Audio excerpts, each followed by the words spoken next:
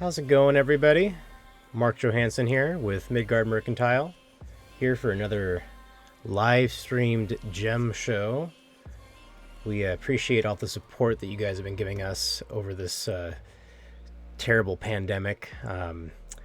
It's been really hard on everybody, but we're making it through and enjoying some lovely rocks while we're at it.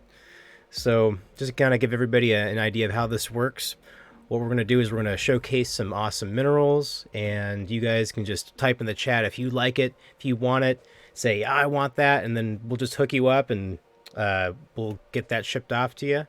So each mineral has a price. We have stuff from all around the world. So we're going to list the price and everything and, kind of showcase each thing and go from there. So I think we'll start off with some optical calcite. I think that's a good way to start. So, for those who are watching our last live stream, you guys might remember some of these optical calcite specimens. Now, these are really pretty. They split the light, and that's due to the crystal shape. So notice, if you look very closely, you may be able to see double of my finger, right? It's almost like a little blurry. And that is the natural light splitting capabilities of this stone. Now, all of the optical calcite specimens we're going to be showing are $14 specimens. And these all come from Madagascar. So, calcite in general, we like to think of this as an evaporate mineral, right? So you find this in areas where you see water evaporating or water that has evaporated in the past. So maybe an ancient lake bed or river bed, that kind of thing. Yeah, look at the color in there. Now, another name for calcite is Iceland spar. Now, the name Iceland spar actually refers to how the Vikings discovered Iceland and Greenland and how they navigated the open oceans. And they used calcite as a means of navigation.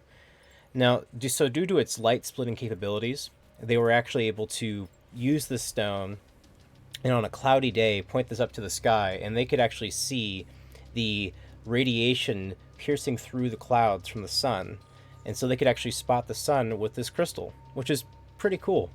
So if you know where the sun is, and you know where the sun sets, right? So the sun always sets in the west. So if you always know where west is, you always know your cardinal directions, and you'll be able to navigate anywhere in the world.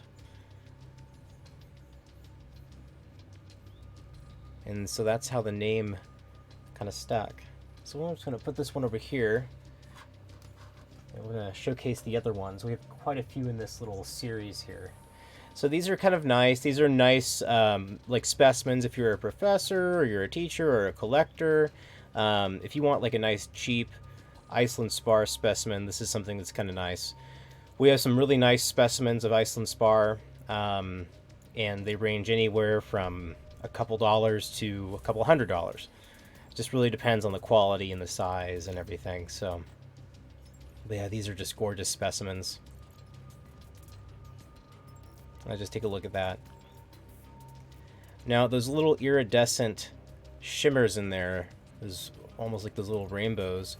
Those are from little microfractures inside the crystal specimen. And each fracture inside the specimen is going to be reflecting the refracted light that has entered the stone. And so to us, to our eyes, it looks like a rainbow.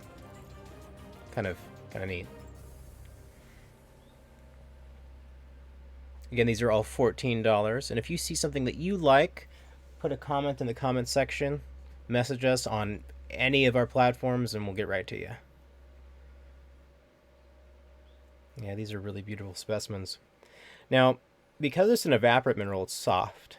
And soft minerals tend to be a bit porous. You can actually dissolve them in like weak acid. And rainwater is considered a weak acid.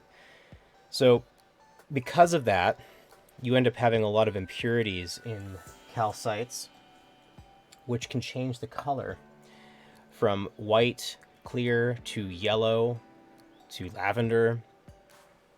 to red, all sorts of colors. So generally these yellow calcites, this comes from iron impurities. Wow, look at that. That is a gorgeous, gorgeous iridescence there.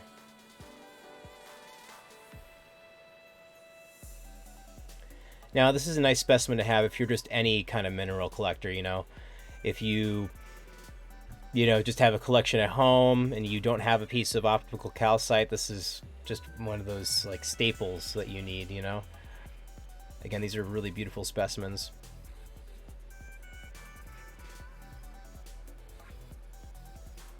Yeah, absolutely gorgeous. Now notice too, there's a bit of a light section right over here where my thumb is, and the rest is kind of yellow. Usually this impurity occurs on the fracture lines of the specimen. And the crystal habit, which is just a fancy way of saying the way the crystal grows, the shape it grows in, usually these impurities will follow those habits, and you can kind of see that occurring. Very cool stuff here. Yeah, very pretty stone. Alright, we're going to move on to our next specimen here. Another optical calcite specimen in the series. We have two more here. I think we'll stick with yellow calcite. Why not? So, again, talking about these various qualities of calcite, this one is just gorgeous. This is a piece of champagne calcite.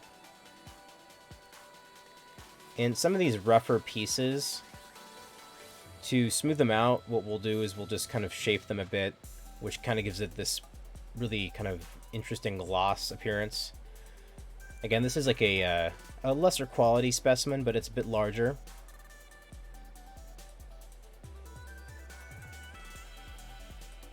And, you know, it's kind of interesting, too. These minerals, they just range in quality. I mean, it's not like you get perfect specimens all the time, too. The way these come out of the ground, it's, imagine a massive chunk of calcite just in the ground. Just something like that is just insane. And what you do is you take this massive chunk of calcite usually, and you can just break it along these fracture lines. And from one huge block, you can get thousands of little blocks, just like this one.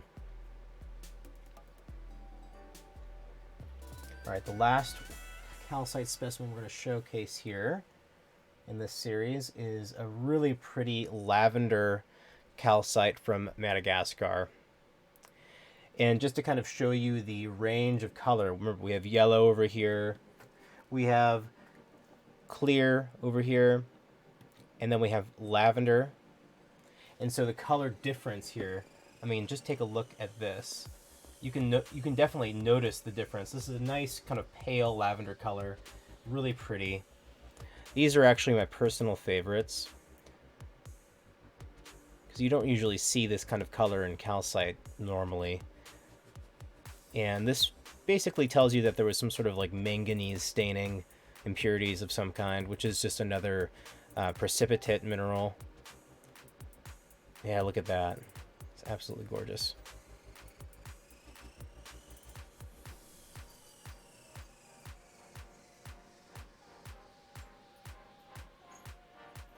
Yeah, these specimens are absolutely beautiful. Just the way they capture the light is just gorgeous. And again, look at that. You can definitely see that light splitting capability there. You know, you can see double. That is exactly classic. That is classic for an optical calcite specimen. Seeing that is just gorgeous. Again, all these specimens here are $14 each. Really affordable price for some nice optical calcites.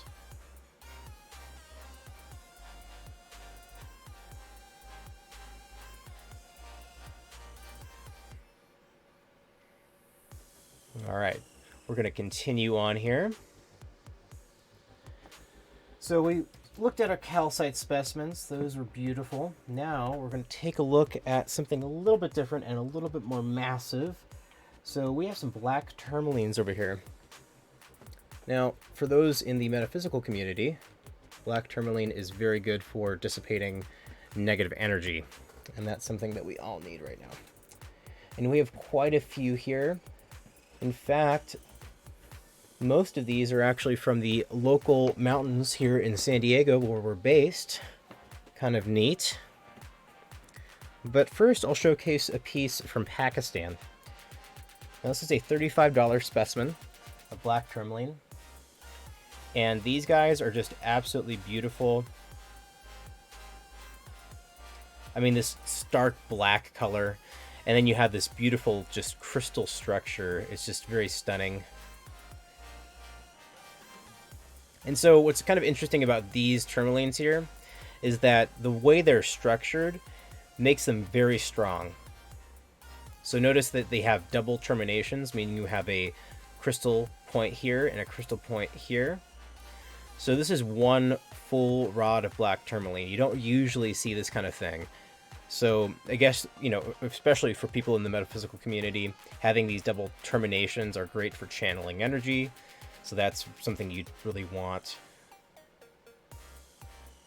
Geologically speaking, these form around the perimeters of pegmatites.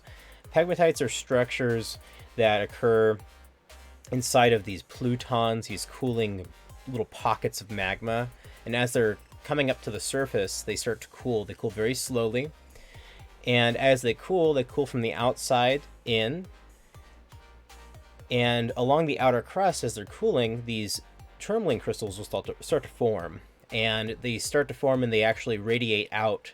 So they point out and away from the source of heat, which is the center of the pegmatite or the pluton.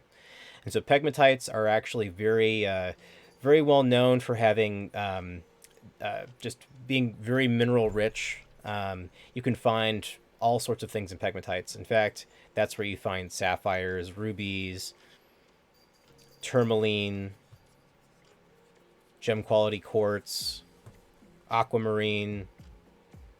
Any of your really nice gemstones come from pegmatites, which is exactly where this guy comes from.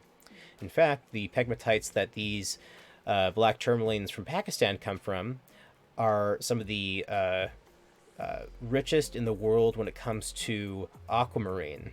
And so some of your best quality aquamarine specimens actually come from Pakistan. You got another beautiful piece. This is $35. Another gorgeous specimen. So next we're going to look at another black tourmaline specimen. And I think we'll just kind of go up in size. Why not? So this is from our local mountains here. These are specimens that we collected. And you can even already notice a difference in just the crystal structure alone. Notice that you don't have any terminations at all. And you may notice too that it's kind of has these weird sort of striations. And that's because tourmaline grows in rods. And each rod is solidified together. So it yields a very brittle mineral. So it can break very easily.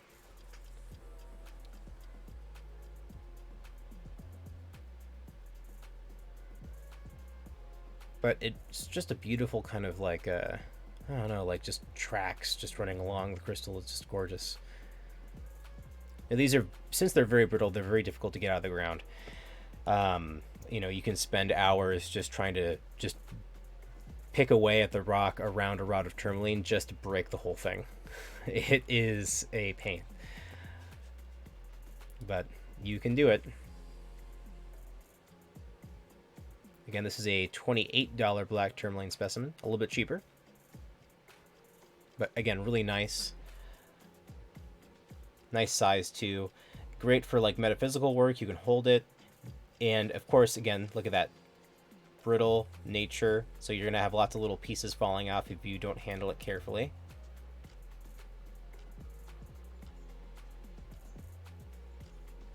Another beautiful specimen. All right, we're going to move on to our next piece in the black tourmaline series. We're going to move up a step and we're going to kind of look at another specimen here. Now, this is a $36 specimen, and it's very pretty. So this actually has some intergrown mica crystals. So this is actually a much more interesting specimen, in my opinion. This was kind of like a black tourmaline specimen that was running through a pegmatite, and in a pegmatite you can find muscovite mica, which is actually used in lots of makeup. So the thing that creates all the glitter in your blush and that kind of thing. And you can see some quartz crystals right there in the center. And so what's kind of interesting here is that you have this almost like this trapped little rod of quartz in the center of this specimen, which is really cool. Again, brittle nature of tourmaline, so it's kind of has a very rugged surface. But this specimen here is really pretty, in my opinion. Very sparkly, very interesting. Lots of like different sides. I mean, we can take a little closer look here.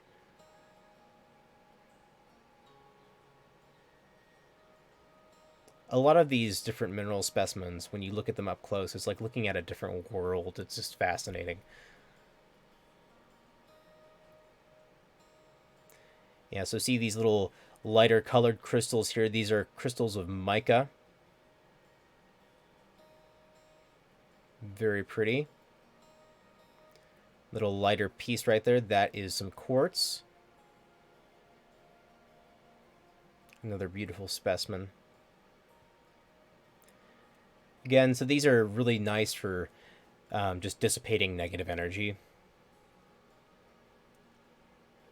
We actually have a necklace of black tourmaline, of little tiny drilled black tourmaline crystals, and I'd say about, due to its brittle nature, about maybe 1 out of 5 survive each time on average, just through the drilling process. So having something like that is very, very rare. All right, we're going to look at our next specimen here. So our next specimen that we're going to look at is, again, another black tourmaline specimen. This is, again, moving up in the series. This is a big jump, actually. So we're going to be jumping up to this size. This is about 6 inches across. $79 for the specimen. And these pieces are just so pretty, in my opinion. Again, you have some nice little mica crystals giving off some nice little shimmers.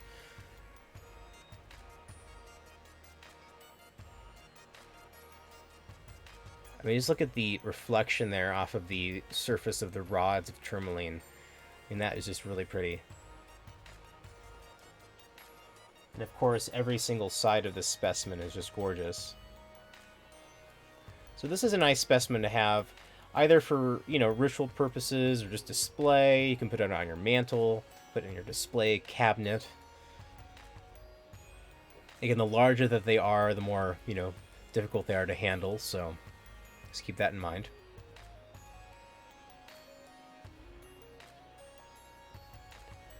And just as a reminder, anything that you guys see in this stream, just comment in the comment section below in the chat, message one of us on Instagram or Facebook or Twitch, and we will get right back to you and ship these bad boys off to you. Oh gosh, that is really pretty.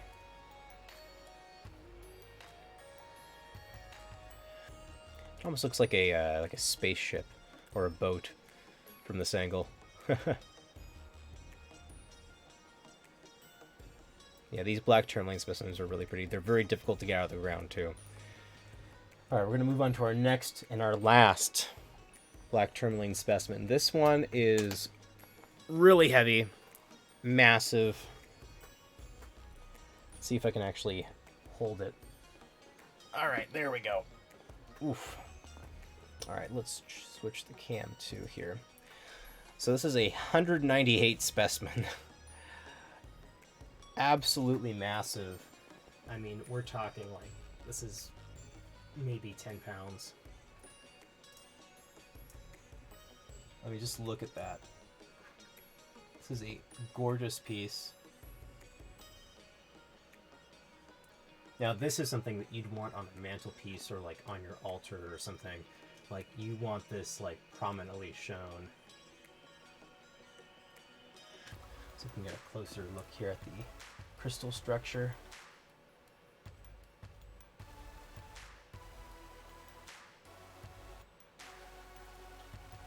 Yeah, and so see, these rods can be anywhere from,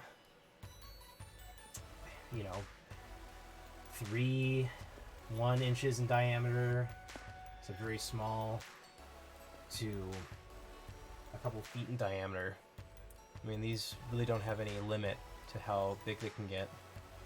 And you may notice too that these tourmalines like to keep these like almost square or boxy or triangular crystal rod structures. And that's just the nature of it.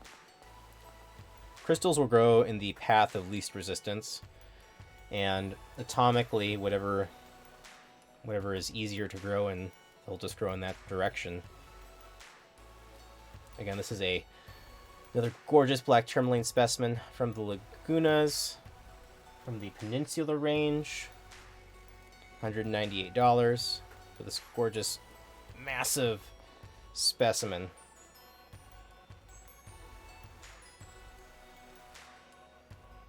All right, we're going to move on to our next specimen here. And just so everybody knows who's watching, we're going to be doing this today from 12 p.m. to 3 p.m. A bit shorter than our last show, but we're going to be doing this every weekend, every Sunday, so kind of fun. So let's move on to our next specimen here.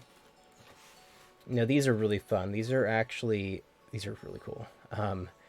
So these are kunzite specimens from Afghanistan. Now, kunzite is one of those minerals that is really neat.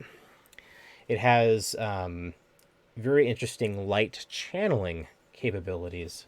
So let's say we just kind of look at this specimen here. It's like a nice, soft pink tone. Really pretty.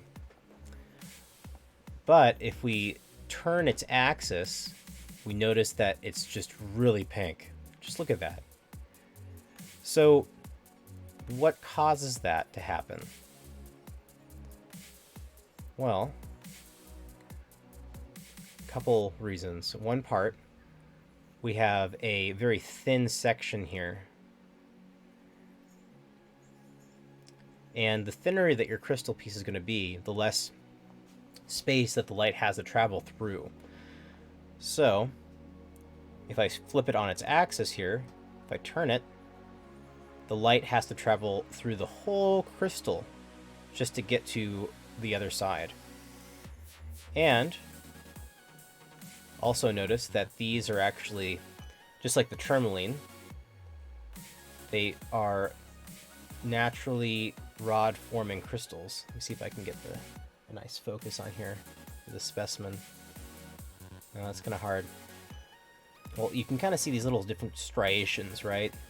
So kunzite likes to grow in rods as well, and rods are really nice for channeling light, almost like fiberglass or fiber optic cable. So these specimens, they're all from Afghanistan. They're a bit more expensive because of their rarity. So this specimen here is $125.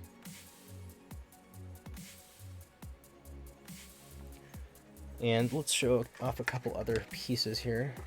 We got this massive specimen here.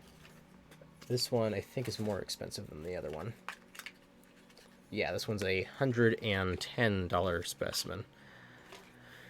Now, each of our fine specimens, which is what these are classified under, come with a nice ID card and a little display stand, a little nice box to be stored in. So if you are like, hey, I don't own a mineral collection and I don't know how to display it, all of our nice specimens actually come with display pieces. Yeah, look at that. So you have a nice, beautiful crystal habit here.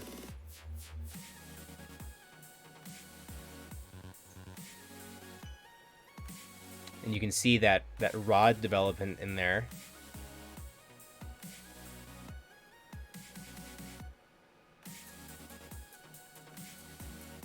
And then if we flip it, we notice that there's not a lot of color in this one. So it's a nice, kind of like a nice pale specimen.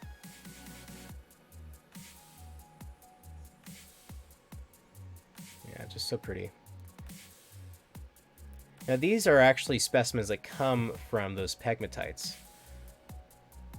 Just like the black tourmalines. So you'd find this in areas where you'd find aquamarine and emerald and that kind of stuff. What a gorgeous specimen. Alright, we're going to move on to our next kunzite specimen. Alright, so I think this one will be a nice specimen to show. Alright, so this is a really nice long piece of kunzite. This is a $100 specimen. And you can really see the clarity in that crystal.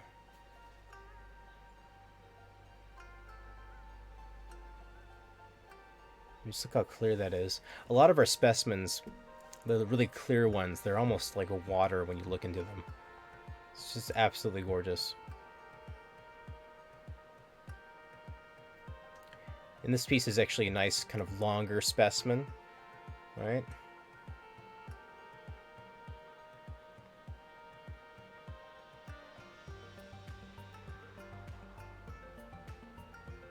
Very pretty stuff.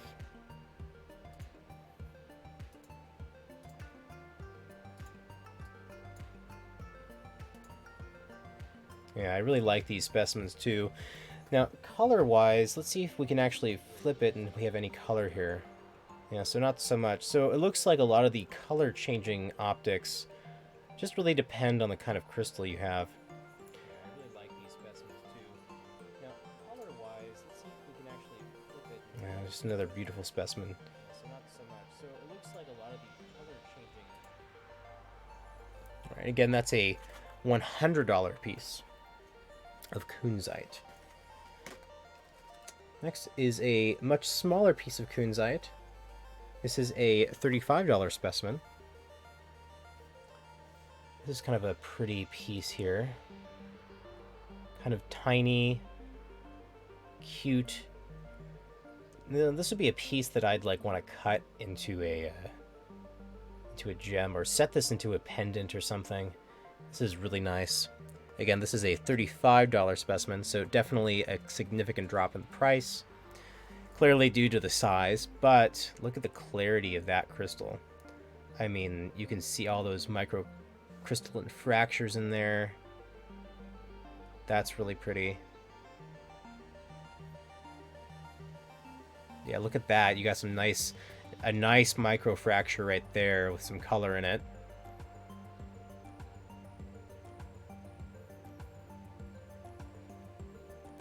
Yeah, and just look at that clarity too. I mean, when you look through the crystal and you can actually just see your finger from the other side, I mean, that is really just nice to have.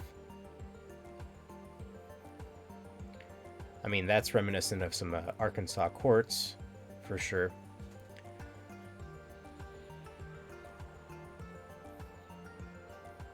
Yeah, again, look at that those nice striations. Those are some crystal growth lines.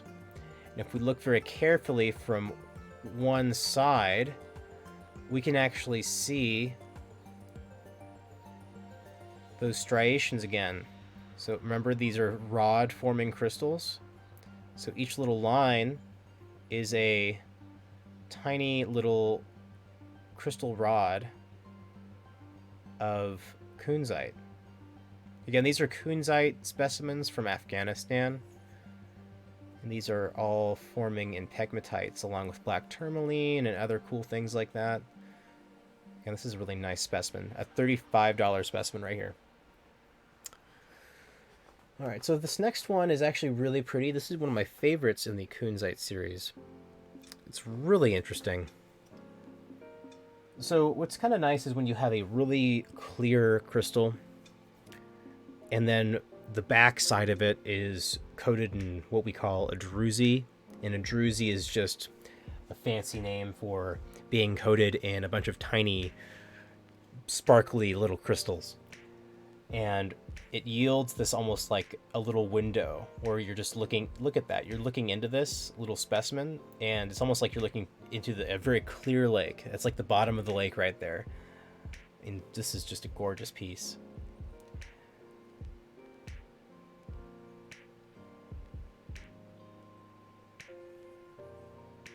Yeah, look at that. So this is that druzy that I'm talking about. Again, look at those tiny little kunzite crystals growing on the surface there.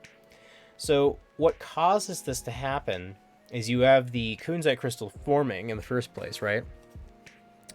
And as it forms, let's say crystal production ceases and your crystal does not grow for a period of time, but something happens to it to make it grow again. And what can happen sometimes is, depending on the amount of chemicals inside of the pocket it's growing in, you can actually have a bunch of tiny little kunzite crystals growing out of the top of the point or around the sides.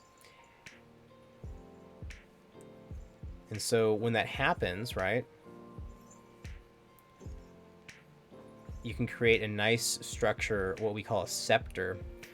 And so you have a scepter is basically classified as having a long, thin point and having larger points growing off of it, almost like a scepter. And this is just kind of like the early process of like creating a scepter piece. I mean, just look at the color in that. I mean, that is really pretty. Now, this is one of those specimens where I'm looking at this, and whenever I look at it, I'm like, oh, well, maybe I might want to buy this for myself. This is another gorgeous specimen, and it's $56. So for this kind of quality, that is very affordable. This is AAA quality crystal right here.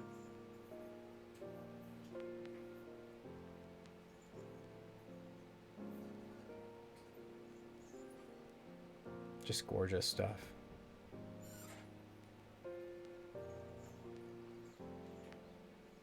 Wow, look at that.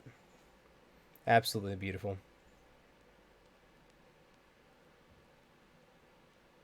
All right, we're going to move on to our next kunzite specimen. As much as I love this one,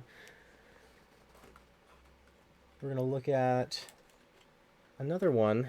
Let's try to find one with more of that nice pink color. It looks like some of these more opaque ones might yield some of that. Yeah, these two are really nice. Okay, so this specimen here, this is a $45 specimen. You know, price-wise, these are all rated by quality, size, and then, of course, whatever they're known for, like their color. So in this case, we got a nice, beautiful kunzite specimen. This is another one of those. This would be considered a scepter. It's more well developed. But again, if we turn it on its side, we can see some of that nice lavender hue in there, right? That's what we're looking for in kunzite. So there's some really nice quality specimens of kunzite that are just gorgeous. They're clear and they're pink. Those are like thousands of dollars. I wish I could get my hands on one of those. Yeah, these are really pretty. And so this specimen again is $45, so a bit more affordable than the other ones, which is kind of nice.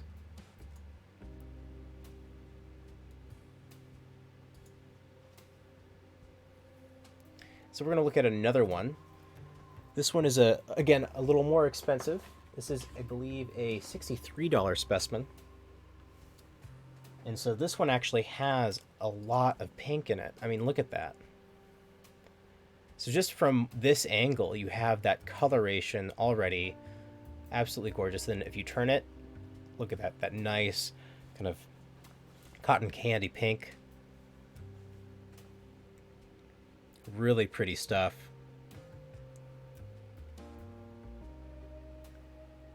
And from both sides too. And you know, a lot of these specimens too, I mean, just you're looking at the clarity, and if you can see your fingerprint, that is pretty good. And these are kunzites from Afghanistan. Really pretty crystals. Now, these kinds of specimens take millions of years to form. You need lots of heat and pressure. And so these are things that would form in plutons. So plutonic pegmatites. And that's where you'd find a lot of your world-class gems, you know, like your emeralds, like your sapphires, your tourmalines, aquamarines, garnets. Absolutely gorgeous stuff.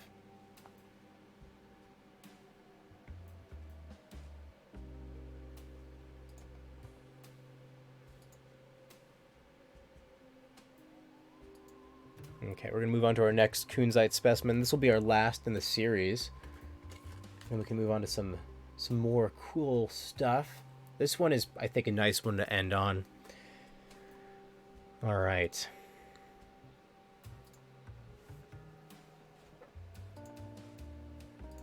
So this is a really beautiful specimen. Really pretty.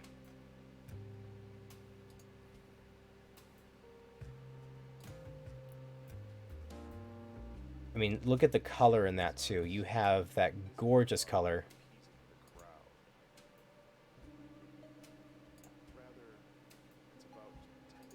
This is beautiful stuff.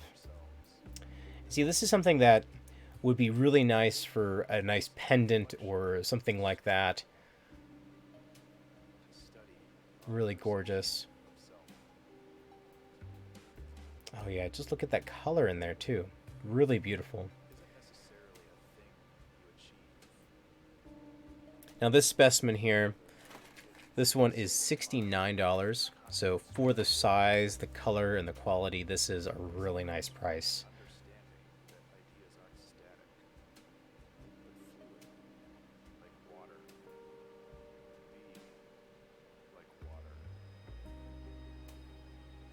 Really pretty stuff.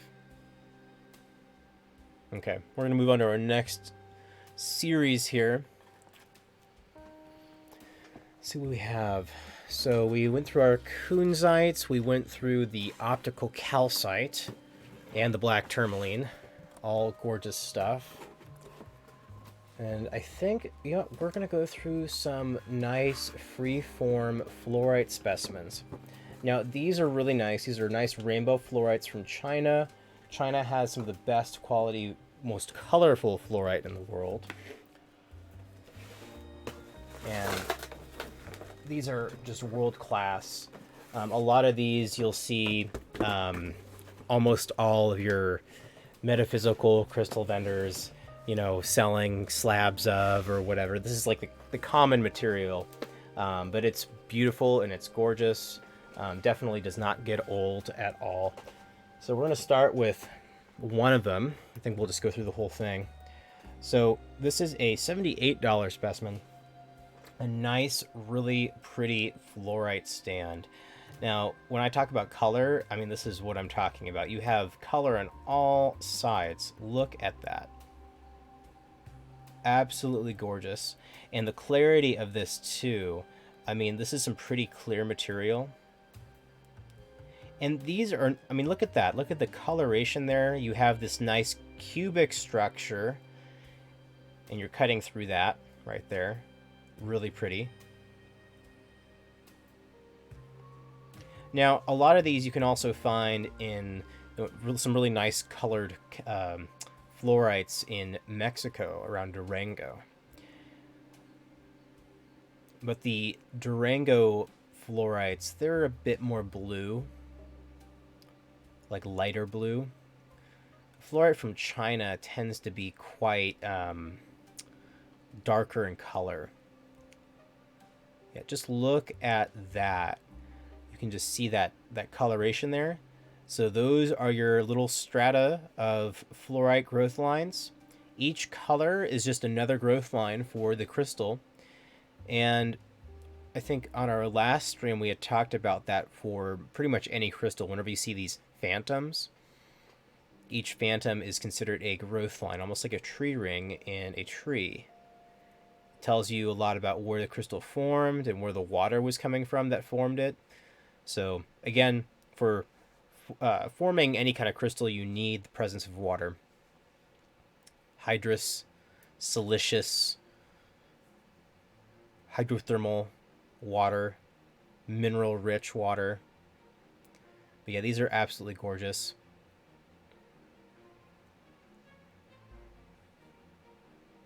Just take a look at that. That is some really pretty micro fractures here. Look at that. That is really pretty stuff. Okay, and again, it's just as a reminder, if you guys see something that you like on the stream, just put a comment down below.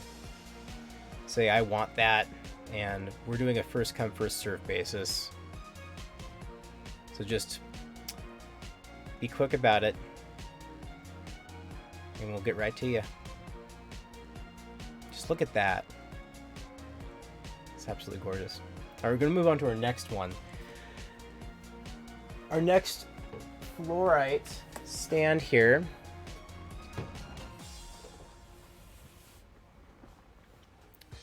this one is very pretty.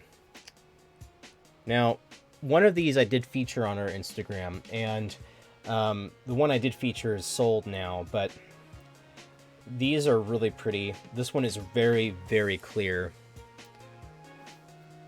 Just take a look at this. I mean, even the bottom, it's not a smooth polish, but that's even still pretty. I mean, look at that. So no matter where you look on these specimens, right? They're just gorgeous.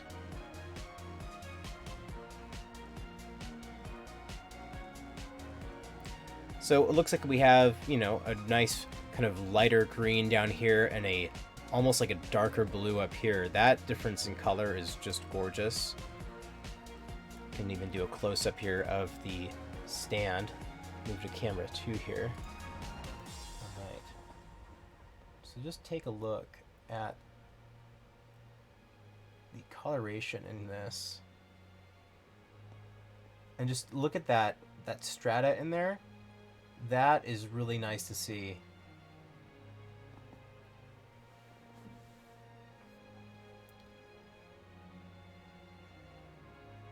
Now, these rainbow fluorites from China, again, very colorful. Now, and China is a fairly large country, if you think about it.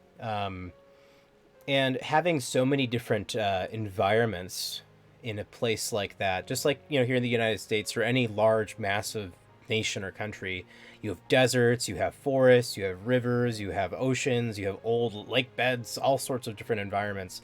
And each environment is going to just yield a just different kind of mineral.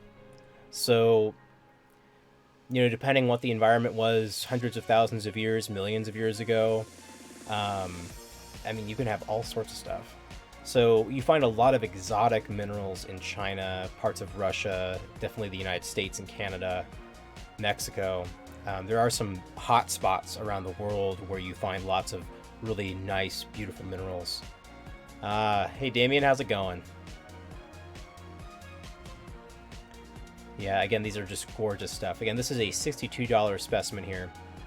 We're gonna move on to our next one though. Now, I think we only have one more left of the fluorite series here. And then we're gonna move on to some labradorite. And that's really pretty stuff. Now, this is a really pretty fluorite stand. Again, these are really nice if you want to just have something really pretty to put on your mantle, on your desk, or on a shelf somewhere in your kitchen. These are really pretty. Oh, that pocket is kind of cool. That's really neat.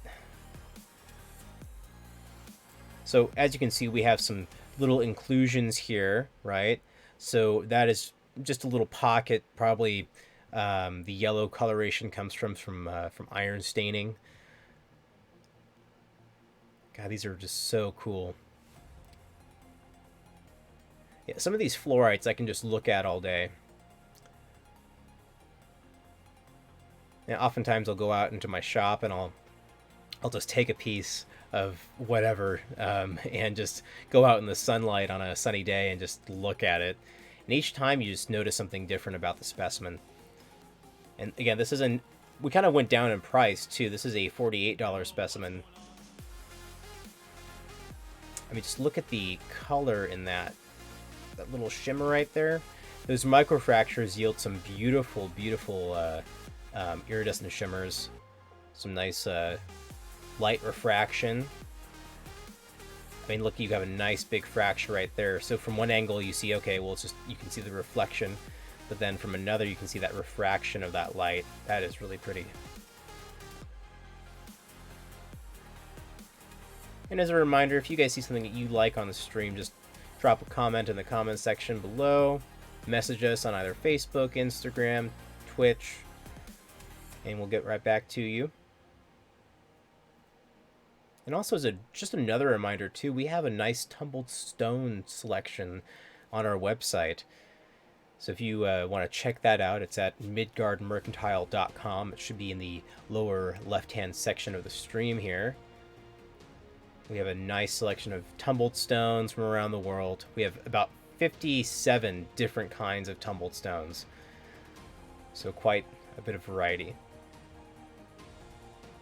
Again, another beautiful specimen. All right, we're going to move on to some labradorite. So these are really cool. Labradorite is a type of feldspar, and feldspar has this light effect as well. A lot of these specimens I've been showing actually have some sort of light play. Kind of an interesting way to start off the stream. So labradorescence is very particular to this kind of feldspar, labradorite. And light will enter the stone, and the mineral itself, it has like refraction indexes depending on where the light is coming in at. And each little index is just a little bit different, so you can actually have just stable colors. So almost like you have these microfractures, right, in crystals. Labradorite has these really stable coloration differences. So notice how the blue is going to always be there. It's not going to just, depending on where you position the stone, it's not going to be over here somewhere. But look at that nice blue there. So depending on the refraction index of the stone, it'll determine the color that it emits at. Now notice these little striations here. That is the crystal structure of the the labradorite. And those little structures there are very nice at exhibiting that labradorescence. And again, this is a $48 specimen. And this is a specimen from Madagascar. A really pretty piece. I mean, just look at that. So that shimmering effect, that is classic for labradorite. And this one's really nice. I like this one personally because you have this nice little outer rim of blue, right? This nice blue rim just around the specimen, outlining that like fiery orange in that green. Really pretty stuff.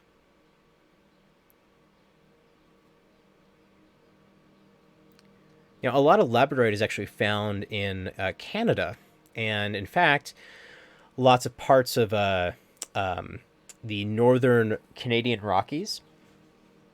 And it was used a lot by the native peoples there as various magical stones. They would use them as fish lures. So because of the shimmering qualities, you'd have fish hooks made of labradorite, or you'd have little hand-drilled little balls of labradorite used as lures for fishing. So definitely, this is a stone that's been used for thousands of years by humans for various things. Now, this next specimen we're going to show, another beautiful stand. This is our last in the labradorite series here, and you see this gorgeous, just crystalline structure for the feldspar. So I think I'm just going to show the back side first, because it's equally as beautiful. You have this nice kind of like spotty labradorescence here, and then when you turn it around, just look at that. That is beautiful. So let's take a closer look there. Now that is some really gorgeous labradorescence. This is a $62 piece. Now this specimen here is actually from Canada.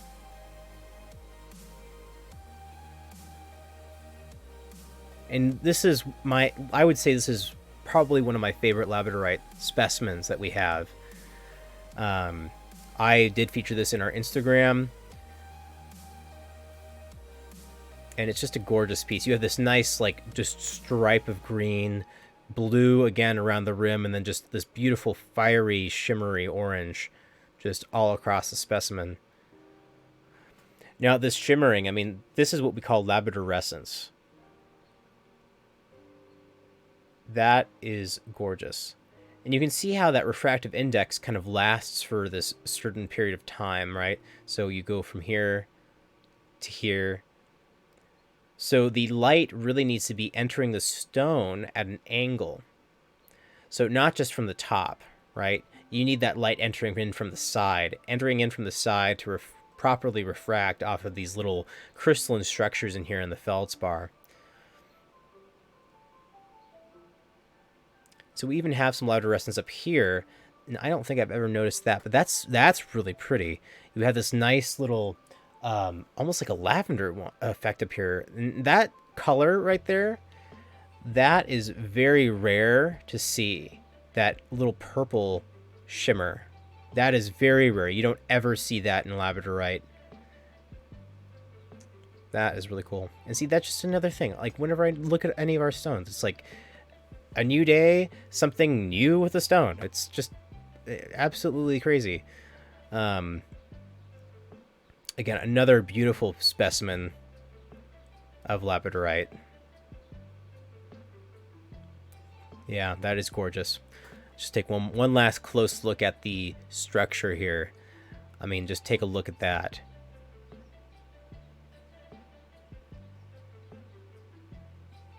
That is beautiful.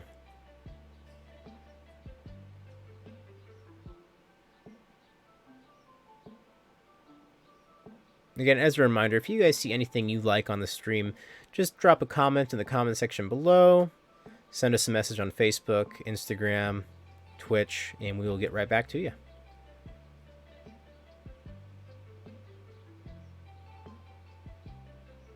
Yeah, these are absolutely gorgeous. Now, this next specimen I want to show here in our series, these are all free-form series, so meaning that they've just been shaped in a free-form way. Just another way of saying you got a big block of whatever and you're shaping it.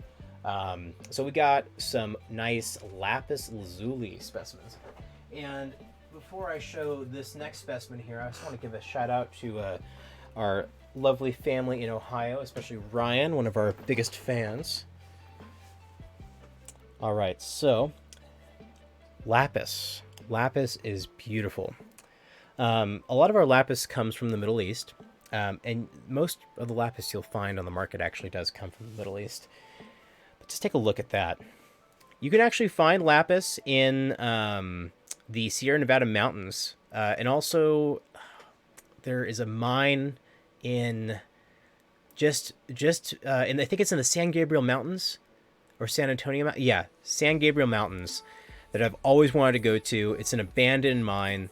A lot of the materials that I get in mine, they're usually from these claims that are over 100 years old, abandoned mines on BLM land. So I'm out there with a pickaxe and my rock hounding gear and looking for beautiful stuff. But this mine is on the top of a mountain, and it's very treacherous, but I've always wanted to go there and check it out.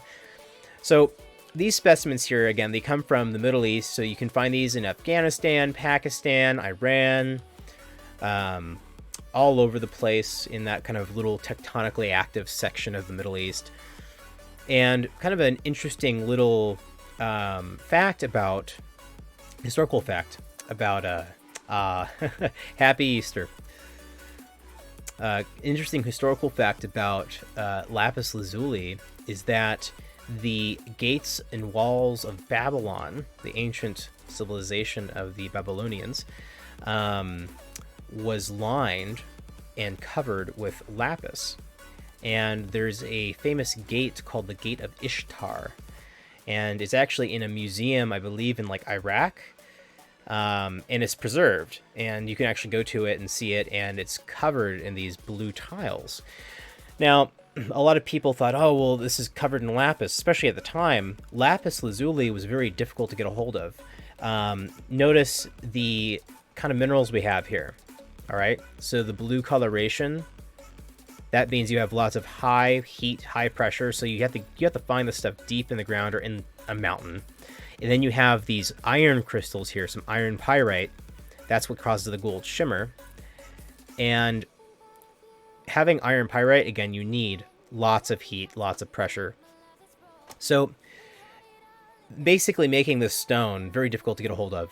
You find this in really hard rock, and you would need hundreds of miners just to get the stuff from the top of a mountain back down to the middle of a desert, right? So the Babylonians, the kings and the royals at the time thought, well, we're actually bankrupt, but if we cover our walls and gates with blue glazed tiles, people will think it's lapis, and they'll think, oh my gosh, these people must be like rich.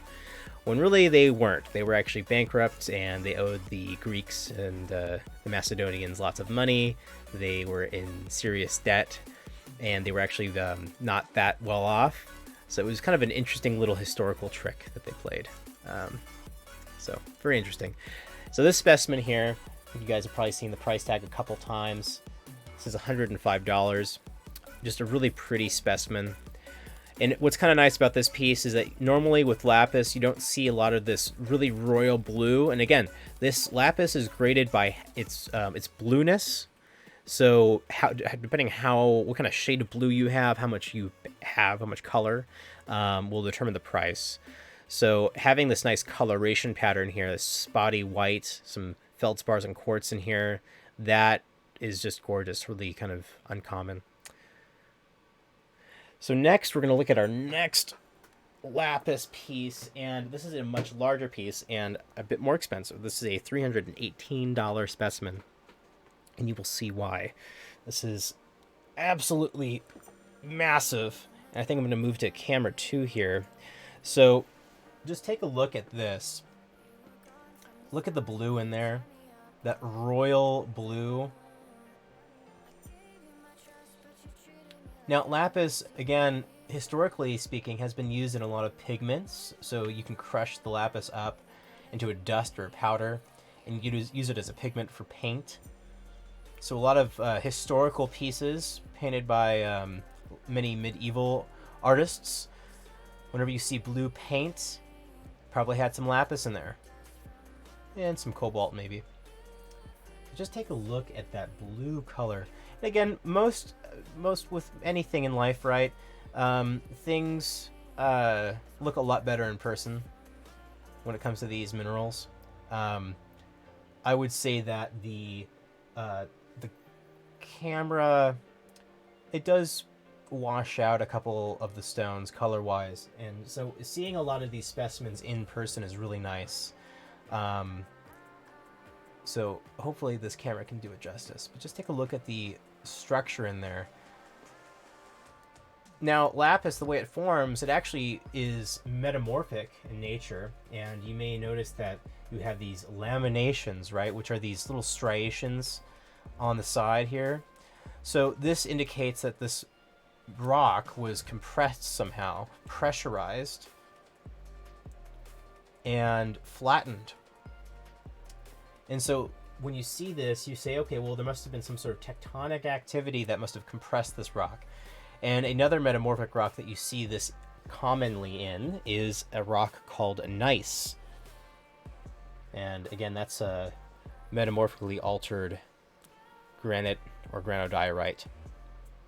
Yeah, this is a $318 specimen from the Middle East. Another gorgeous, beautiful, massive, heavy specimen that we have. All right, we're going to move on to our next piece. All right, so what do we got here? We have some more beautiful trays here of specimens. We have some nice honey calcite. I think this is a nice specimen to kind of move on to from this. So again, calcites, they are very, they allow water, they can be dissolved. And so a lot of these calcites, you can actually see lots of impurities in them. And when you see that, you can say a couple things about the stone. First of all, calcite being soft, it's also an evaporate, so you need water present and you need water evaporating for this to even form. And it just yields a very kind of like porous stone that you can actually just leach in a lot of impurities into. So this is a nice $22 piece of champagne or honey calcite from Durango, Mexico. And the coloration probably just comes from a little bit of iron staining, which yields this beautiful, like, I mean, honey yellow or lemon yellow color. I mean, you can even look at the clarity in that too. That's some pretty clear stuff, really colorful stuff. And this is like holding the sun in your hand. And also too, just look at the how the light travels through the stone. You can notice, just look on the palm of my hand, just see the color just shining down onto my hand through the stone. Really pretty stuff. So these are nice specimens to kind of have when you're, you know, for either ritual purposes, on your altar, a nice display piece for your collection. And, you know, it's just one of those things, too, where it's like you got to have a piece of calcite in your collection. Obviously, optical calcite. These, I'd recommend actually having a piece of every color. Now, the mine that these come from, they all come from the same group of mines. And you can find colors that range from blue to green to red to yellow to purple, just all sorts of different colors, all within the same mine. And so this mine is a world famous mine, especially geologically speaking, it's very famous. And calcite being an evaporate mineral, you had water coming in from all different kinds of mountain ranges. And this is from around Mexico City area. So this whole area over there used to be covered in water. There used to be an inland sea. And so what ended up happening was you'd have water coming in during a period of like, you know, where there was no ice, so between ice ages. And so you'd have some transgressive periods of water coming in, and then you'd have regressive periods of water coming out. And when that water would come out, it would leave behind a ton of calcite, halite. And as runoff would come down from the mountains, that runoff would come into this dry, now seabed, and leach into these different calcites. And also, too, there's probably some, you know, volcanic activity that probably cooked some of these guys, maybe some hydrothermal alteration. And so you see that, and like from a geologic setting, and it yielded this almost like a mile thick to 2 mile thick layer of calcite that is split up into many different other layers. So you have this massive just layering, this layer cake of calcites in that area in Mexico. Just a ton of different colors, just really beautiful stuff. Absolutely gorgeous. And so, again, this is from that mine, that group of mines, honey calcite. And again, a great price for a big piece like this, 22 bucks. And that, when you see a price like that, that should tell you, first of all, since we do a lot of just above wholesale pricing for retail, which is something that a lot of businesses do, when you see that, that should tell you a couple things. Okay, calcite is very common. You can find this all over the world. It's a ton of calcite everywhere. Just, it's everywhere. So don't worry about the stuff running out anytime soon. But it can happen. There is a variety of blue calcite that is running out, and green. So we call that green apple calcite, and that from Mexico, that is starting to be exhausted. And so definitely, if you have a piece of that, that could be an investment one day. All right, so we're going to move on to our next grouping of specimens here. Now, these are going to be kind of interesting. We have some nice spheres and some Shiva Lingam stones. Now, they're very interesting. And these are actually naturally formed by the Ganges River, these Shiva Lingam stones. And you do see actually quite a few of them that are unnatural in shape, meaning that they've just been pan polished, which is fine. I mean, it's the same material. But it is kind of neat to have pieces that were actually tumbled by the river. So these are nice spiritual stones. These are actually still revered in Hindu religion. And the idea is that you have these 2 points here, right? So these Shiva Lingam stones are really nice for clearing chakras, cleansing energies, channeling energy. And so they're nice kind of palm hand stones you can hold, really nice for meditation. I know a couple people that use them as like hot stones for massages. You can just use them as a nice, like, just a nice stone to have, like as a paperweight, anything really. But the historical aspect is really fascinating. Just the fact that they've been used by humans for thousands of years is really cool. And the fact that you have this kind of interesting oblong shape of this gorgeous kind of quartzite, sandstone, mudstone, and basically the river itself, just the way it flows and the shape of the river, creates this natural tumbled shape, which is really neat. So we have a lot of these. These are all $16. And we have these guys that are kind of this nice brown, kind of beige color. We have some like nice little layering in there. These are really pretty. And I've seen Shiva Lingam stones the size of a car before. Okay, and to give some perspective here, like a Toyota Corolla. Okay, like a 4-door sedan. So you can find these in, like a pocket size, right? Like an inch long, quarter of an inch in diameter. And you can see them and find them in, like 6 to 10 feet in diameter. And so a lot of the larger ones are going to be your ones that are they're most likely going to be shaped by people. But you can actually find them naturally. The larger ones tend to be a little more like amorphous in shape, which makes sense because of how big they are. But again, these are just really pretty. Again, these are $16. And again, they come in all different shapes and sizes, lengths.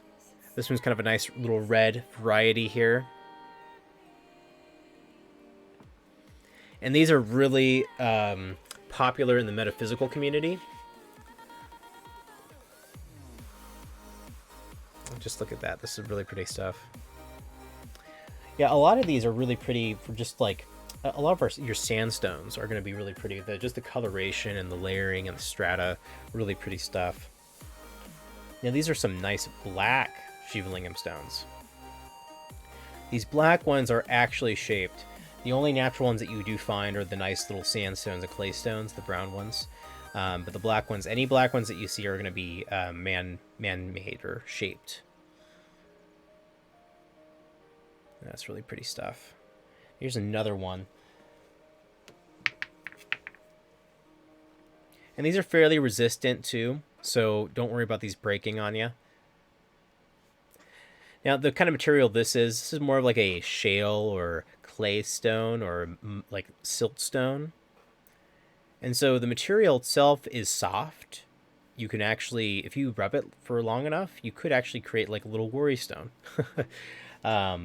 So but it's yeah, this is really soft material. It's kind of like around the same hardness as calcite, maybe a little bit harder than calcite. So you can easily shape this stuff into anything you want. Yeah, those are $16 Shiva Lingam stones from India. So next, we're going to look at some more interesting pieces. So in this next flat that we have here, we actually have some nice little sparkly specimens. We have some aura quartz, pyrite. We have boulder opal from Australia. That's another really cool thing.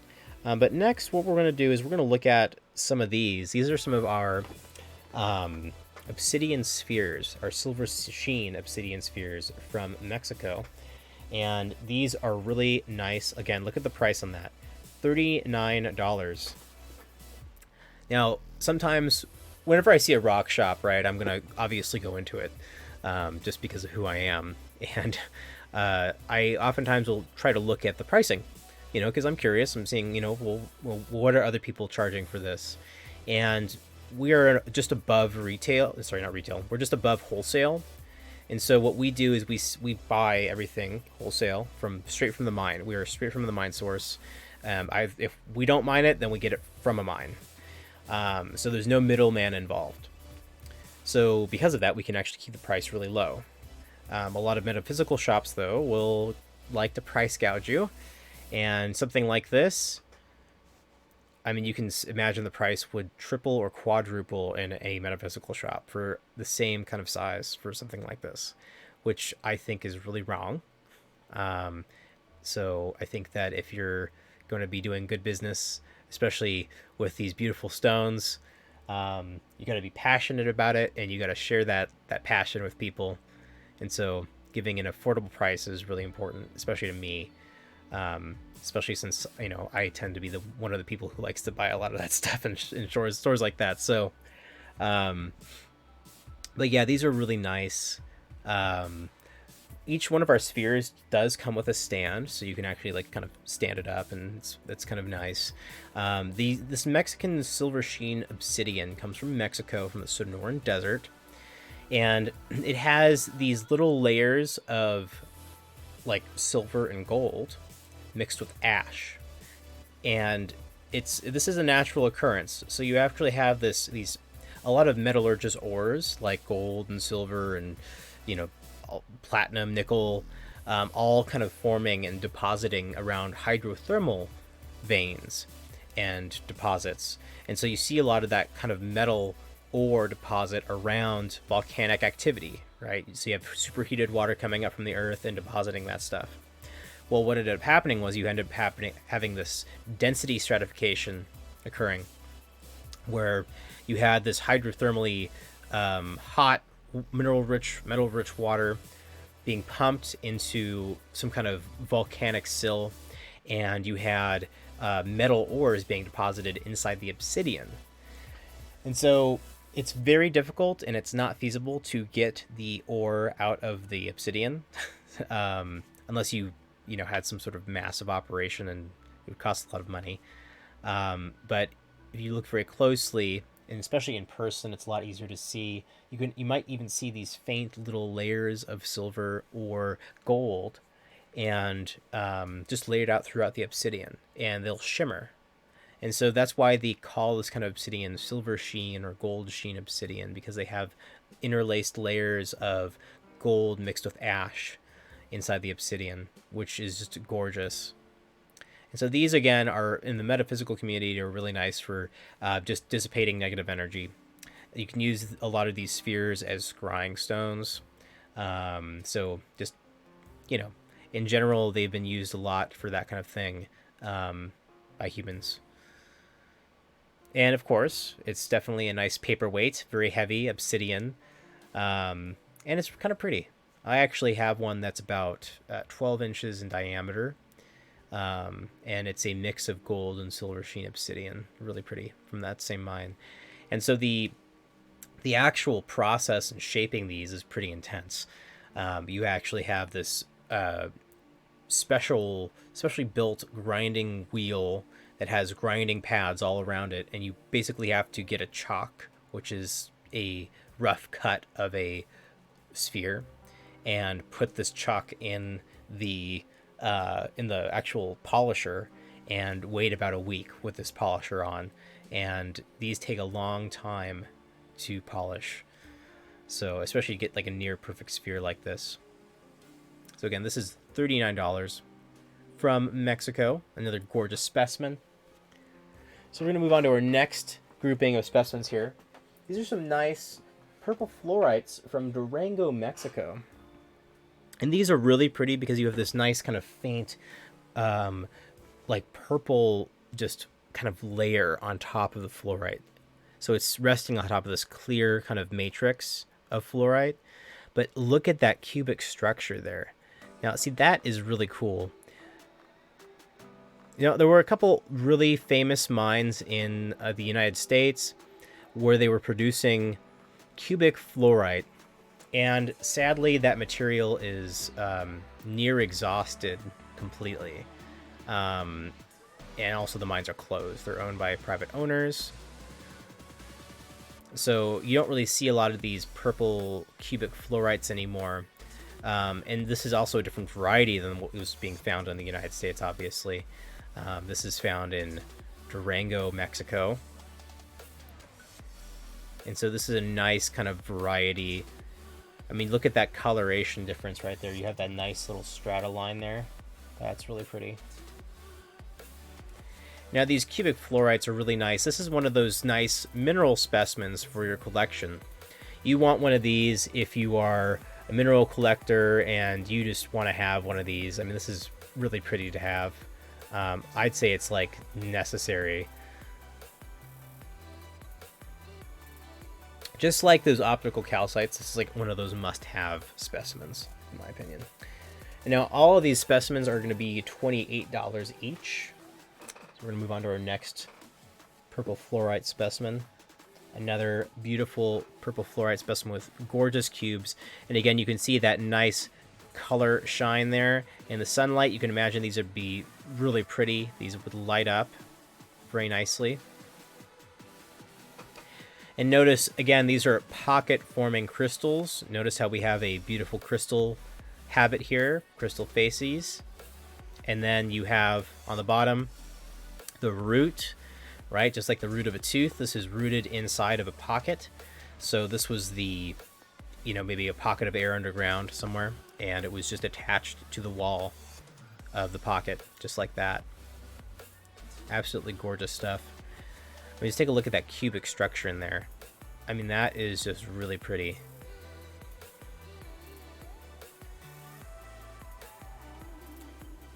You know, it's very similar to that cubic pyrite from Spain, how it's almost looks unnatural, just how, you know, straight the facets are, but it's natural, right?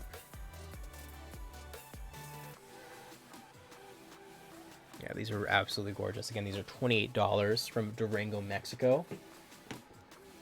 And I can see a couple people have messaged us already, so we're going to just give us some time. We'll be taking a break probably shortly and get back to you guys. All right, so again, this is another nice piece. This is, again, our last in the fluorite, purple fluorite from Durango specimen series. Look at the cleanness of those facets. So the other specimens were kind of uneven. You had lots of cubic structures just like interlaced within each face, right? But this specimen has nice, smooth facets, none of that roughness. So this specimen here is really nice, a nice kind of display of that. And again, you have, of course, that nice rooting here. I mean, just take a look at that. That crystal habit is just always great. And look at this little stair step. I mean, it's almost like the stair, it's like a staircase into Mount Olympus. Absolutely gorgeous. And again, look at that light play in there. Again, look at that. Classic for fluorite cubes. You have this little, like, almost like a tesseract crystal. All right, and so a tesseract is almost like a cube within a cube. And the corners are, or the edges are usually outlined by a darker rind, like we can see here, and a inner cube on the inside. So if you guys are geometry nerds and know what a tesseract is, or really into quantum physics, this is kind of like a nice little cool specimen to have. Again, these are really pretty. All right, so we're going to move on to our next grouping, our next series. Again, those were all $28 each. And as a reminder for people watching this stream as a pre-recorded VOD on YouTube or Twitch, if you see something on the stream that you like, it may still be available. So just message us and ask, hey, is that specimen at that time still available? And it might be. All right, so these are going to be our pyrite series, and these are pyrite clusters from Russia, from Siberia. Now, a lot of really nice pyrite clusters do come from Siberia. It's not uncommon. Each specimen is about $14, and this is what you see when you think of like common fool's gold, like what you'd see in like a gift shop somewhere, like a kitschy little gift shop. But these are nice little larger specimens. A lot of these come from Siberia, come from Russia. Again, $14 for each one of these, and a nice gold coloration. I mean, look at that. So notice these crystal structures here. You have these barrel shapes. And so these shapes here occur depending on the temperature at which the crystal is forming at. So the lowest temperature that a iron pyrite crystal can form at, it will form shapes that look like cubes. So you get cubic pyrite. But this requires a little more temperature. And so you'll see that the higher the temperature, the more sides that the crystal will have. That's just the trend for iron pyrite. And now these specimens are really well known for having like interlaced mix of quartz crystals kind of growing inside the specimen. So it's kind of hard to see, but we might be able to get a little close-up look at it. Right there, that little light gray crystal there, those are little tiny quartz points. And notice how you have veins of quartz running through this stuff. And so the way that these are deposited, right? These are deposited by hydrothermally, enriched water being pumped into the crust from below. It's very hot, and it actually has dissolved iron in it. And iron pyrite is a iron sulfate mineral, and so you have sulfur and iron, and you see a lot of that happening and occurring in volcanically active areas, and you see a lot of sulfur being deposited around hydrothermal vents. So that's where that material comes from. You see these a lot in hydrothermally active areas. Again, these are really pretty, and especially in the sunlight too. These are like a disco ball. They just reflect light in every direction. I love putting these out, and whenever we have like a large show or gem show, these are specimens I like having like in the sunlight, and they just catch everyone's eye. Here's another specimen. And just look at that, just that sparkle, right? I mean, that's absolutely gorgeous.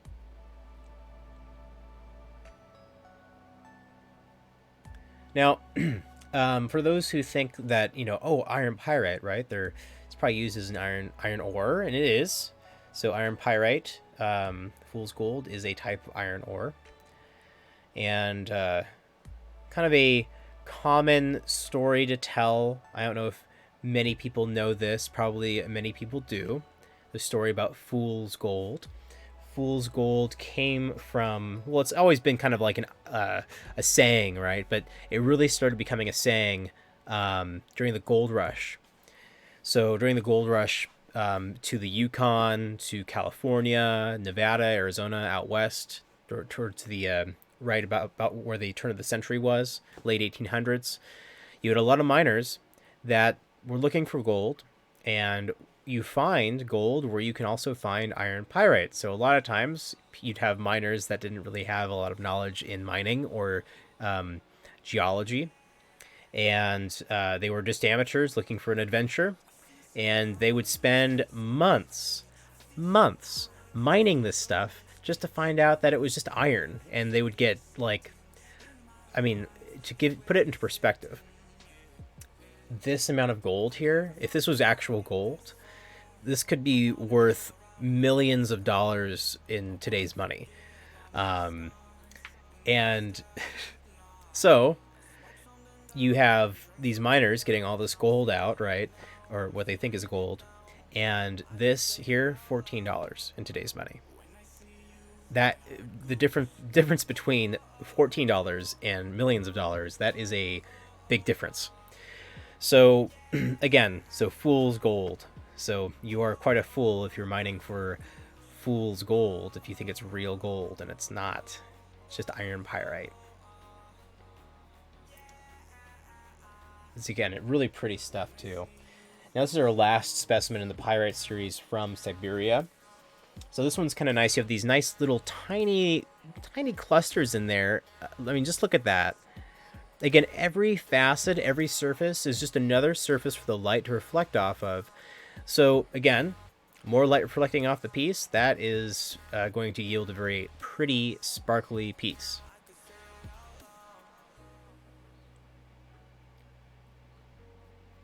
These are just absolutely gorgeous.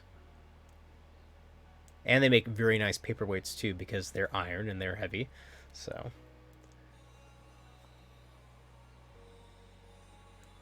yeah, these are just really pretty. Okay, we're going to move on to our next series of specimens here. So again, as a reminder, if you see something you like on the stream, just drop a comment in the comment section below, or message us on Facebook, Instagram, or Twitch, and we will get right back to you. Alright, so these are Dugway geodes. Now, Dugway is a famous location for finding nice, pretty geodes, and these are actually found in a stone called rhyolite, which is a volcanic rock.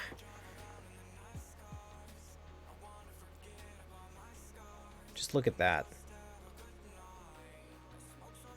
Now these are really pretty.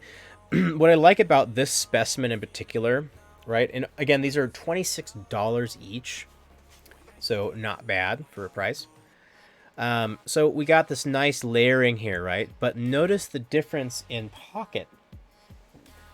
We have one pocket with these almost frosted crystal clusters in here, right? Right next to a pocket with really beautiful, tiny, clear crystal clusters. That is just so neat. These are really cool because you have this difference here. You have the difference in frosted crystallization and clear crystallization, indicating that at some point in time, this crystal pocket here on the left-hand side must have cracked or had a fracture in it at some point. And some water, some mineral-rich water, must have gotten in, flooded in, and coated the crystals in a almost like a tiny frosty druzy. So you can even see the rind here, this kind of lighter color rind. That is that druzy clear crystallization, and then this nice classic Dugway blue chalcedony. That's that agate, which is that banded agate there. Look at that. And so for this one, this was actually, you had no intrusions, no fractures, no cracking. This was pretty consistent crystal growth here, which is why it's so clear. Again, these are $26 each. And again, look at this. From the outside, somebody might see this and they might say, well, look at that. It's just a rock, right? So if you're out in the wilderness and you were like, okay, how do I find a geode? If you tap it with something metal, it should make a very like high-pitched ting sound. And if that's the case, and also too, if it's pretty light for its size compared to another rock, that probably means it's hollow. and it also means that it's made of silica. It makes that tink sound. So just a kind of thing to keep in mind. Also, too, if you ever look around and you see these botryoidal structures here, these bubbles, that just means that you have some sort of hardened pocket that has been crystallized underground. And so when you have air pockets underground that have been crystallized, right, they're going to be hard and they're going to be bubbly because you have a little bubble or a pocket underground. So you want to look for this botryoidal nature here, this botryoidal habit. And if you see a rock that is very bubbly, kind of botryoidal like that, it's probably a geode. So definitely take it home with you. Again, another beautiful specimen from Dugway. Here's another Dugway geode half. Look at that. I mean, so this is really kind of neat. I always thought this would be neat to have like as a, like turn this into a goblet or something, right? Have a nice little stem here. You could use it as a cup if you wanted to. But just take a look at the depth here. I mean, we're looking at this and I mean, this is pretty deep stuff. I mean, look at that. I mean, that is a pretty deep specimen. A nice hollow geode. This is a classic geode from Dugway. I mean, just take a look at that. And so again, having any kind of geode, this is great for any rock collector or mineral collector. This is one of those staples, right? You have to have a geode. I mean, if you have a rock collection, you got to have one of these. Any kind of geode, really. Or a thunder egg. Thunder eggs are really pretty too. All right, so we're going to look at one last one from Dugway. Again, these are all $26 each. This is a nice frosty display. And look at the rock that it's in. This nice kind of ashy rhyolitic mudstone. I mean, look at that. And you have that nice, very consistent banded agate around the perimeter. That is really gorgeous to see. And of course, these cute little crystal clusters in there. I mean, this is one of those specimens where it's like, you know, looking into any of these geodes, it's like looking into a different world. It's like looking into a little crystal cave. And that's actually pretty much exactly what it is. It's just a little crystal cave that you're holding in your hand. It's absolutely gorgeous. Now, these are really pretty in the sunlight. I mean, just look at that little lip right there. That's very pretty. And again, look at that botryoidal nature, right?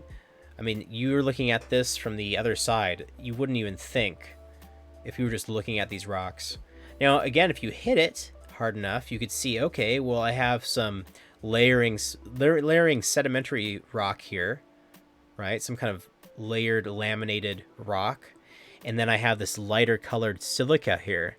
So if I saw that, if I didn't think this was a geode and I saw that, then I'd say, okay, well, this must be some kind of silica-rich rock. So I'm going to flip it over, I'm going to crack it open, and I'm going to check. And so these kind of rocks, you're going to have two halves. So it's going to be one big rock, and this is something that you'd want to cut open or crack open with a hammer.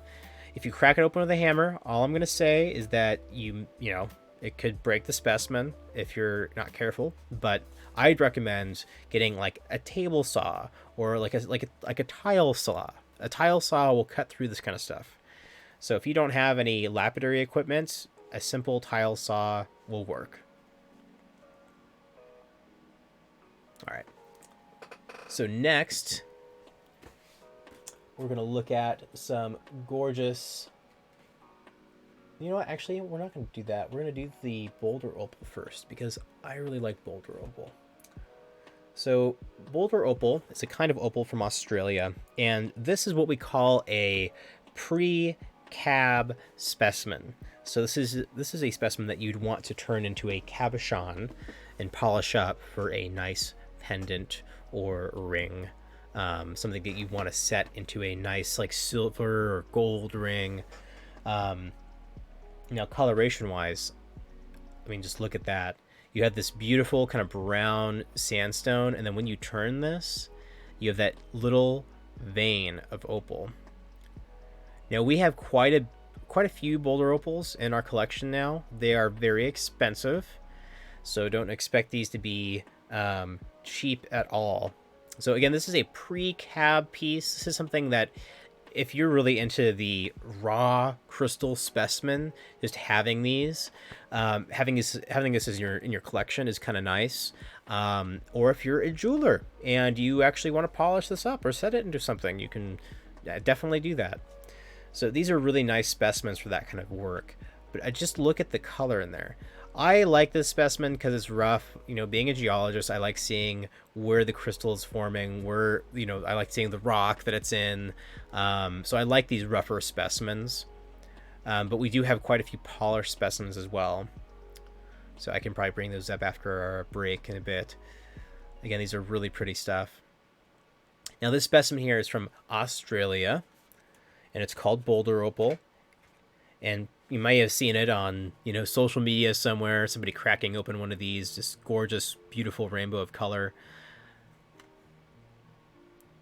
And so this specimen here is $110.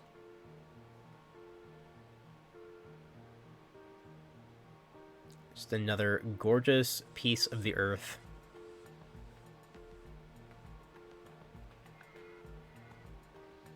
And just the color is fairly consistent. Now I have a little bowl of water over here, and I'm just going to show you guys something kind of neat. So if you wet any stones, especially colorful stones that are non-porous, that are safe to soak and do this, okay, because not all stones are water safe, just, you know, as a precaution. I'm going to soak this in some water real quick and show you the color difference. So as a point of reference, this is what it looked like at this angle. Now, after putting in some water, it's going to dry it off a little bit.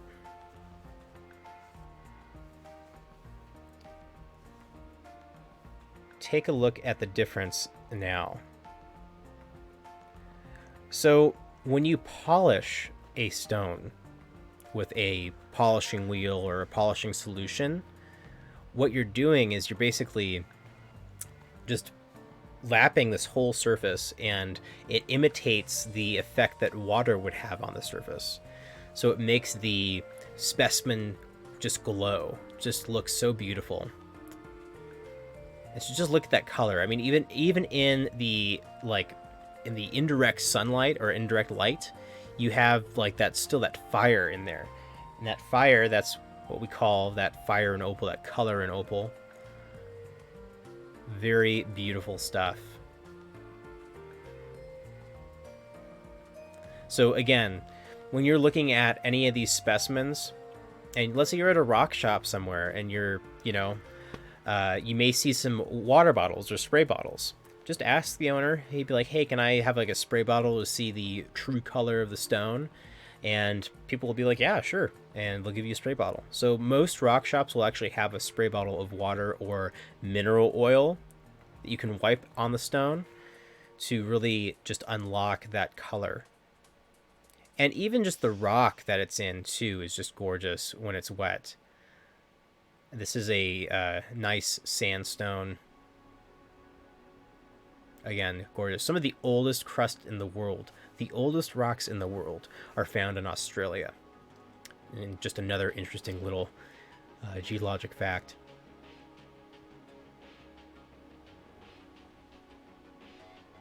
All right, we're going to move on to our next specimen here. So I think before we move on to these aura quartz specimens, because those are really pretty, I think we're just going to look at some cubic pyrite first.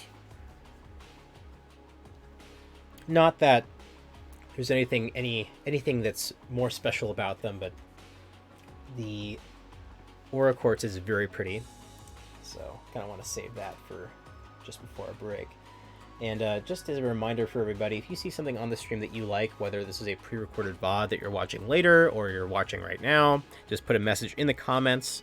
Send us a message on Instagram, Facebook, or Twitch, and we will get you set up. And then also, too, we have a lovely tumbled stone selection on our website. Go to midgardmercantile.com. And we have about 57 different kinds of tumbled stones. So again, quite a variety. And we're going to be doing this pretty much every Sunday from now on until the pandemic is over.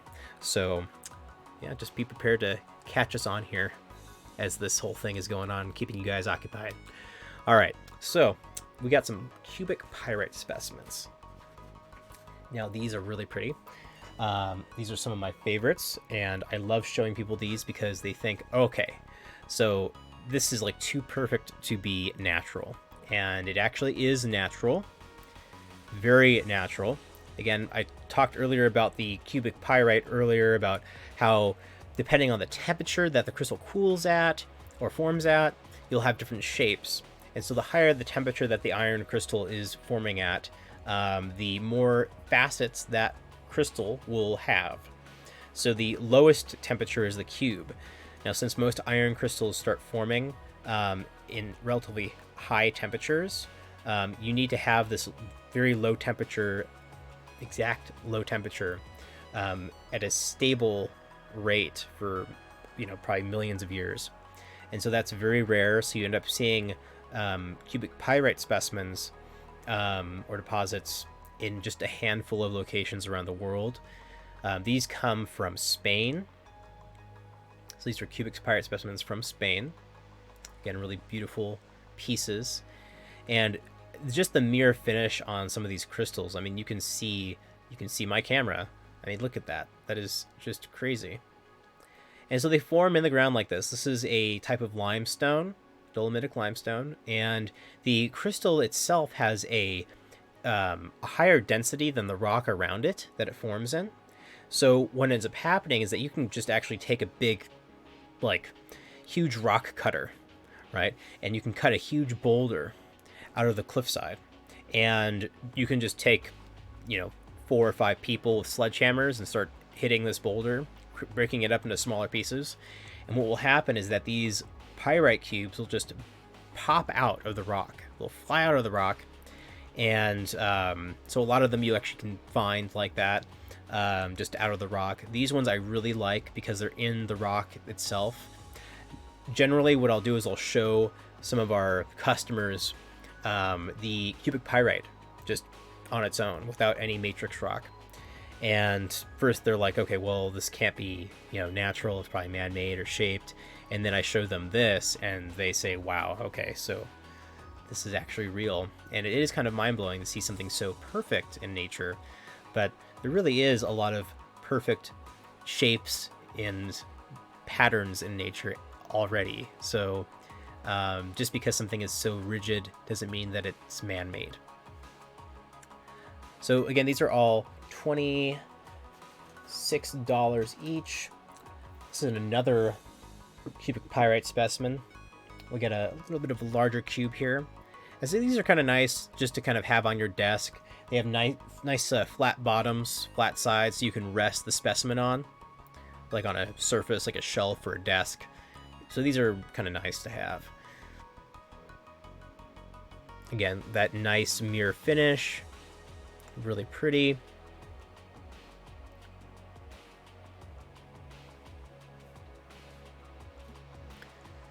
And you can find these in pretty much any size. You can find them from being like a couple millimeters in diameter to being a couple inches or just under a foot in diameter. The large ones are very, very, very rare, very, very expensive. I think the largest one I have ever seen in person was about the size of, let's see, like 2 or 3 softballs. So they can be pretty large. So our next one, this is actually more of a perfect cube. Each side is pretty much even with the others. This one's a really nice specimen.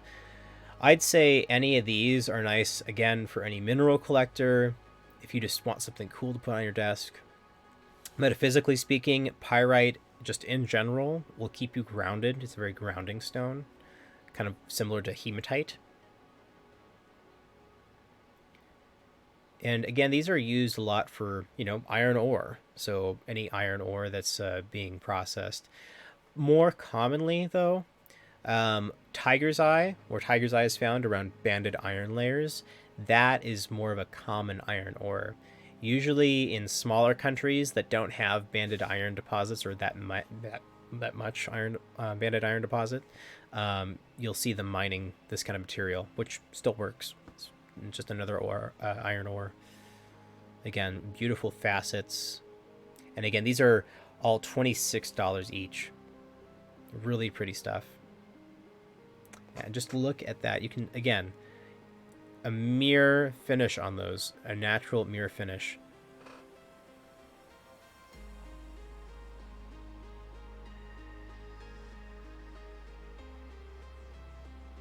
And just imagine finding these, being the person to discover this deposit. That would be exciting. All right, we're going to move on to some more specimens here. All right, so we have some lovely Aura quartz specimens. Now, Aura quartz, just a little disclaimer, the quartz crystal itself is real. The coating is man-made. So this is what I mean by that. So this coating is a kind of vacuum deposition. And so this is actually a variety of quartz called cactus quartz. And just look at that. This is absolutely gorgeous.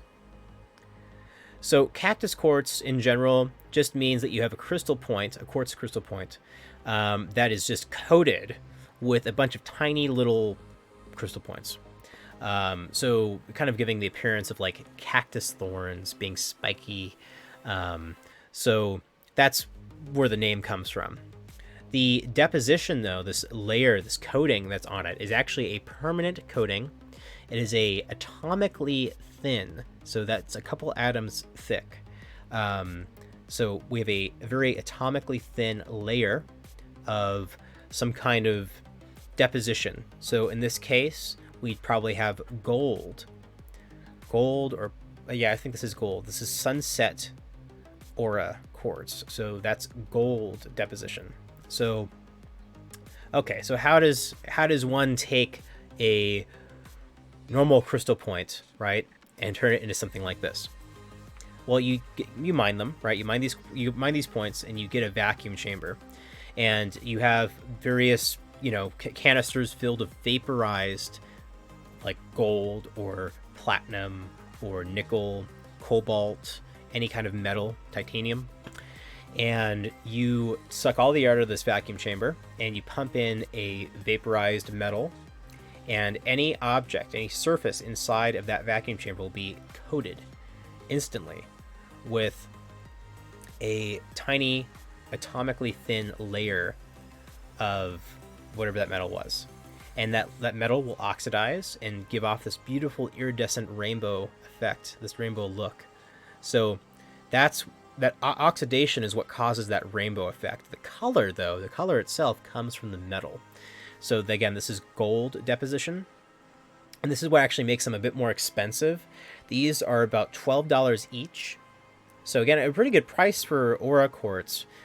We have some really high quality aura quartz that's about, I'd say, a specimen that is twice the length of this and maybe twice the diameter would be somewhere between $26 to $46.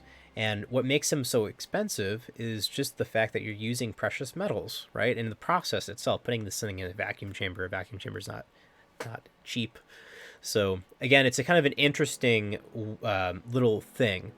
Now, in the metaphysical community, these are kind of used a lot in different rituals and meditation practices, and the thought is that the color, the added color, here I'm going to actually show off this next specimen here as I'm explaining this.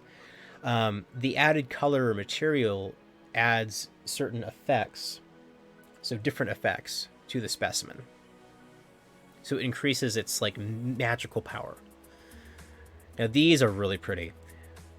Again, we have this nice fine cactus quartz cluster. Look at that, that fine little druzy in there. Now, that is really pretty. Most aura quartz that you find is not going to be completely coated. So a lot of, like, you know, the cheaper it is, the cheaper the quality. I think that's generally how things like this work. So having this coating on all sides, on the bottom, on the top, on the side, that means that the vacuum deposition process, somebody had to pump in that vapor, then stop the process, go inside, move the crystal to the other side, and start the vapor deposition process again. So generally, it's more effective to take like 50 of these, right, and put them all in one vacuum chamber, and then go in, flip each one, and then do it again. And that's how they're formed. So a lot of, like, for example, the world famous Coleman mine, which mines the Arkansas quartz, some of the best quality quartz in the world, they actually have quite a few vacuum chambers now, and they're doing this kind of part-time for some of the metaphysical crowd. And these are also really pretty. These are kind of neat to kind of show to your friends, really nice and pretty to have in your windowsill. So it's not just a metaphysical item. This is something that is a nice item to have as just a decorative piece. I've had clients that have made these into earrings before, that kind of thing. So pretty cool stuff. So next, we're going to look at our last sunset aura. Now this one is really interesting. This has a lot of oxidation going on. And I say that because of all the different color we have here. So just take a look if the camera focuses on that. That is really pretty. Imagine having this in your windowsill, right? Just in the sunlight, just shimmering like this. See, look at that. That is what I love about this aura quartz, is that you have this gorgeous range in color. Now, I have a piece in my personal collection. It's a piece of titanium quartz, and it is absolutely awesome. Now, this is a kind of neat little segment here. So we have this gorgeous oxidized, just coating of gold here, but then you notice we have this little segment here that's a little lighter, right? So I love these aura quartz pieces that actually have this lightness in coating. That just means that this coating, the coating wasn't the piece wasn't turned at some point, or wasn't turned as much. Hey Jay, so this is cactus quartz. Well, welcome. This is cactus quartz, and this is cactus aura quartz. So this is a sunset aura, and these are about $12 each.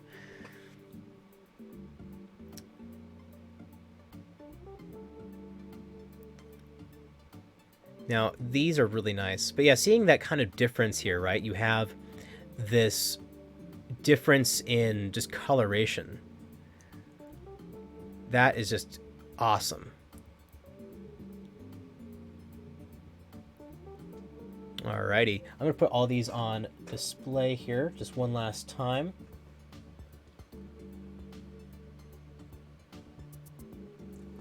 Again, look at that.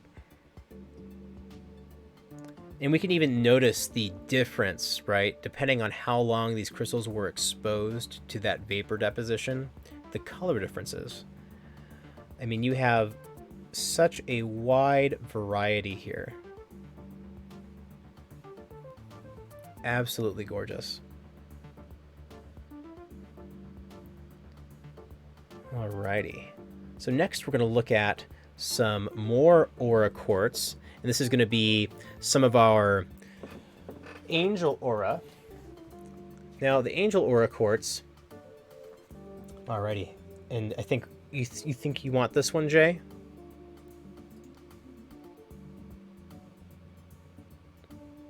Again, this is a beautiful piece here.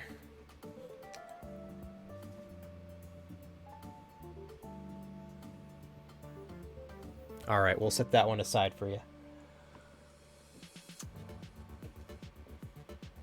All right, so these Angel Aura pieces are just fabulous. Absolutely fabulous. I mean, we're talking this light, almost baby color, right? This baby blues, baby purples, baby pinks. I mean, just look at that. This is a very light coating. Now, this is what we would call platinum vapor deposition. So you have lighter colors, right? Hey, thank you, Jay. And what's really kind of neat to see is like having all of these vapor deposition pieces next to each other, because then you see the true color difference, right? I mean, this is just gorgeous. And having those nice, fine, druzy crystals. I mean, you can see kind of why I wanted to wait till the end here to look at these, because this is just so pretty. So even from a distance, I mean, you can just see how it will just light up a room. And again, you have this gorgeous coating on the druzy. And then I love this one because it's like you have this light, very light coating on the bottom. It's still coated, but it gives nice contrast to the specimen, right? So it's not all just iridescent and glowing, but you have this nice contrast. This is what we'd call like, this is art right here. This is very, this was done on purpose. Now, our next cactus specimen piece, this is, again, really pretty. We have some larger points on this one. And so I kind of like this one because you have this nice big point here, which is just overshadowing all these smaller ones. And again, look at that, the difference here. So we got a lighter coating on the bottom, but it's still coated. See, that is what we call art. Oh my gosh, look at that. See, that is beautiful.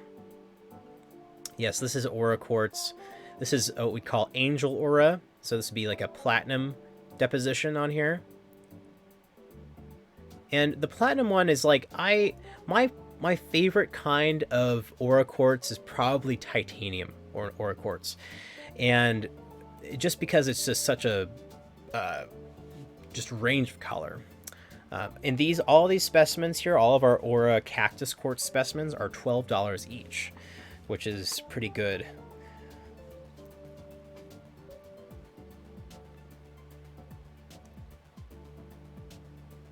Yeah, I really like this specimen. Now, the last specimen for this series here, for the Angel Aura, this is a kind of a interesting point. It's just a singular point, right? And it's just covered in these little tiny cactus druzies. I mean, that is just really cool. Welcome, Angela. See, these are just gorgeous. I love these. Now, titanium quartz. Now, this specimen here I'm going to show is sadly not for sale. This is one of my personal pieces that I keep on my desk here, and this specimen is just gorgeous. I mean, just take a look at that. This is titanium quartz, titanium aura quartz. And just look at the oxidation on that. This is from the Coleman mine.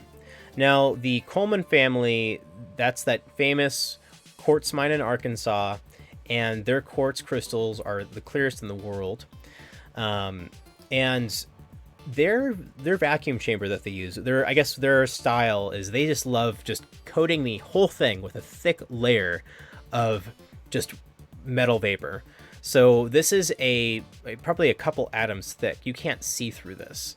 And in the sunlight, I mean, at night, you can take a flashlight or a bright light and shine that light at this specimen, and it just lights up the whole room, just in a rainbow of color. So And these specimens are from the Coleman mine. Obviously, the longer that you keep this in a vacuum chamber for, the more expensive it's going to be. So I think I had paid about, oh gosh, this was years ago. I believe I had paid about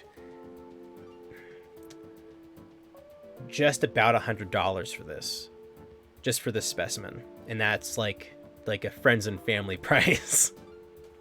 So they have pieces that are like massive that have been through this vacuum deposition process, and it's, again, really pretty. I mean, all sides, look at that. I mean, just from the sides to the top to the bottom. I mean, this whole piece is beautiful.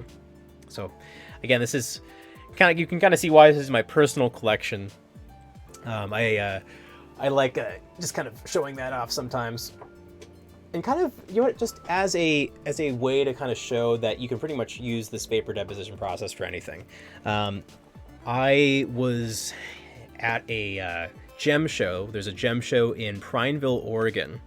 And it's a much smaller gem show, but this is one of those gem shows that have been around for decades. And so usually I'll make the rounds every couple years. I'll go around the country and hit them all up. And there was this guy who had a vacuum chamber, and he would take random river rocks and put this beautiful iridescent titanium coating on the specimen. It was a mix of like gold, and it was like some sort of alloy, and he would throw them in just a random river somewhere, and he'd wait for like fishermen to like find them, because they'd be like bright gold and shiny under the water, and they'd be like, oh my god, I found a gold nugget. And so he was actually just giving these away, and I was like, oh, I'll give you $5 for it. And I mean, just look at that. Again, just an example that you can pretty much just coat anything you want. It doesn't have to be a crystal. It could be a rock. It could be a soda can. For example, a lot of custom guns, and we'll have like, you know, various plates and panels that are metal that have some kind of like oxidation layer coated on top of it. A fork, I don't know, anything. So this is, you know, again, that specimen that I had bought from him. Just a kind of a cool little thing. This is a great example to show anybody who does not know anything about vacuum deposition. So, and just to kind of show off those specimens again, these are our gorgeous Angel Aura cactus clusters. I mean, look at that. Absolutely gorgeous.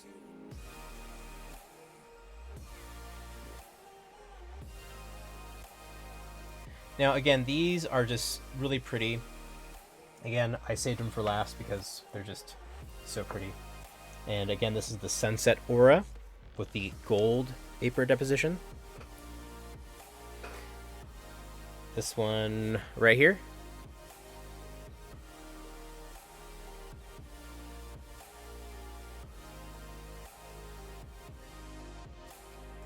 Yeah, this one's beautiful.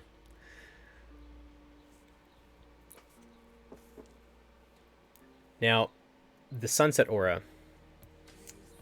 Hey, thank you, Jay. This, again, one last time. These are just absolutely gorgeous. Beautiful specimens.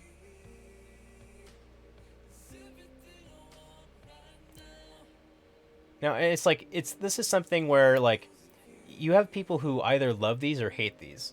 I know a lot of, like, geologists that are like, they are just, you know,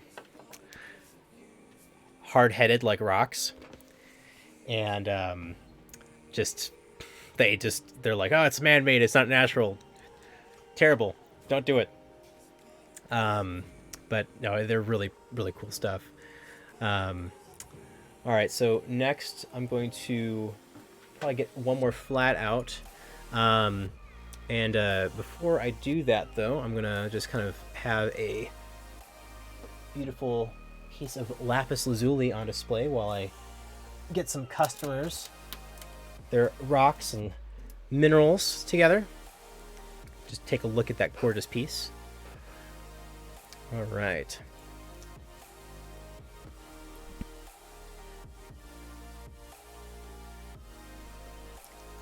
Now, so lapis is just another one of those really cool historical specimens. I mean, you have lapis lazuli being used from anything from like a building material to some kind of, paint pigment. Absolutely gorgeous stuff.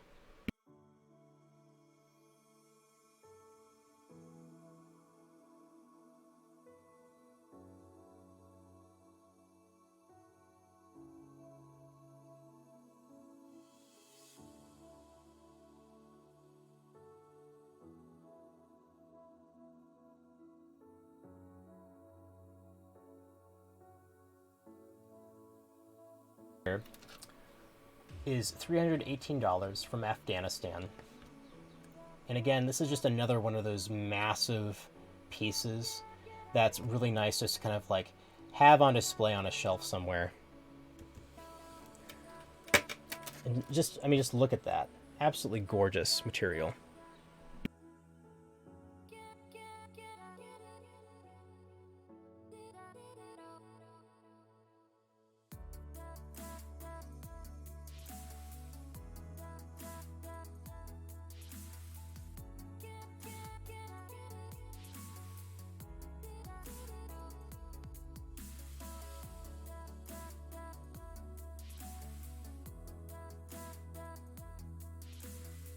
Pull out some nice Indian specimens. These are all from Mumbai. And all of these specimens are really kind of nice. They have, I mean, so what's kind of interesting about these specimens too is that they are all chemically very similar to one another. They're called zeolite minerals, and they are all very chemically similar, but they are all visually different. So you can have all of these forming in the same cluster together, just depending on, what kind of ions that you have of each chemical will determine the mineral that you get. So I think what we'll do is we'll kind of take a look at some of these in particular order. So we're not going to look at all of them because there are a ton of these. They're very common. You can find these only in volcanic rock. So you get a lot of these from Mumbai, India. Oftentimes you can find them in Iceland, parts of Antarctica. And these are just really nice. They're cheap for their quality, which is really nice for any kind of amateur collector. So I think we'll just go over this one first. This is an apophyllite cluster, again from Mumbai, India. Now, apophyllite is, again, one of those really popular minerals in the metaphysical community.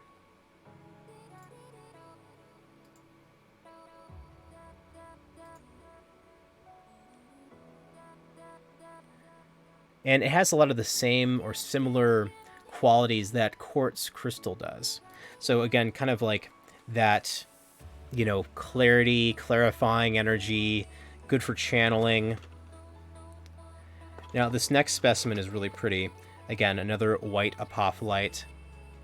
So all of our apophyllite specimens, they're all $18 each. And they all range in different sizes. So depending on if you want a large piece or a small piece, but they all have the same relative quality. So you have this specimen here, which is fairly small, and then you have this guy here, which is this gorgeous kind of stalactite of apophyllite. But the crystal specimens themselves, just the druzy, it's just very small crystals. So again, these are all graded at AA quality. Again, a very kind of interesting specimen here. I mean, what's kind of nice is that you have this, like, a lot of these really clear specimens have the volcanic rock still trapped inside of them. So it gives this kind of like interesting, kind of ominous, just dark core inside the crystal, which is really neat. And you can even see that here.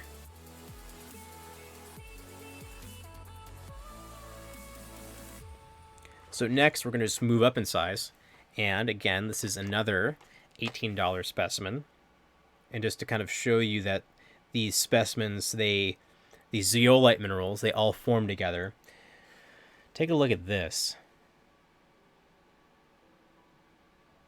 So this huge crystal here, this is all one crystal, this one little piece right here. And this is a piece of apophyllite. Growing out of it, this kind of bloom here, this lighter yellow bloom, that is stilbite. And again, this is $18. And those little tiny dark little dots, those are manganese deposits. You see a lot of those where there's water just kind of being evaporated. And you see a lot of them where you have lots of dark basaltic material, volcanic material, very dense in iron and manganese, heavy, dense things. And so this is just another one of those specimens that's really pretty in the sunlight, you know. Apophyllites tend to be rather greenish. You can find them being yellow, green, or white. So you can kind of see like very small hints of green.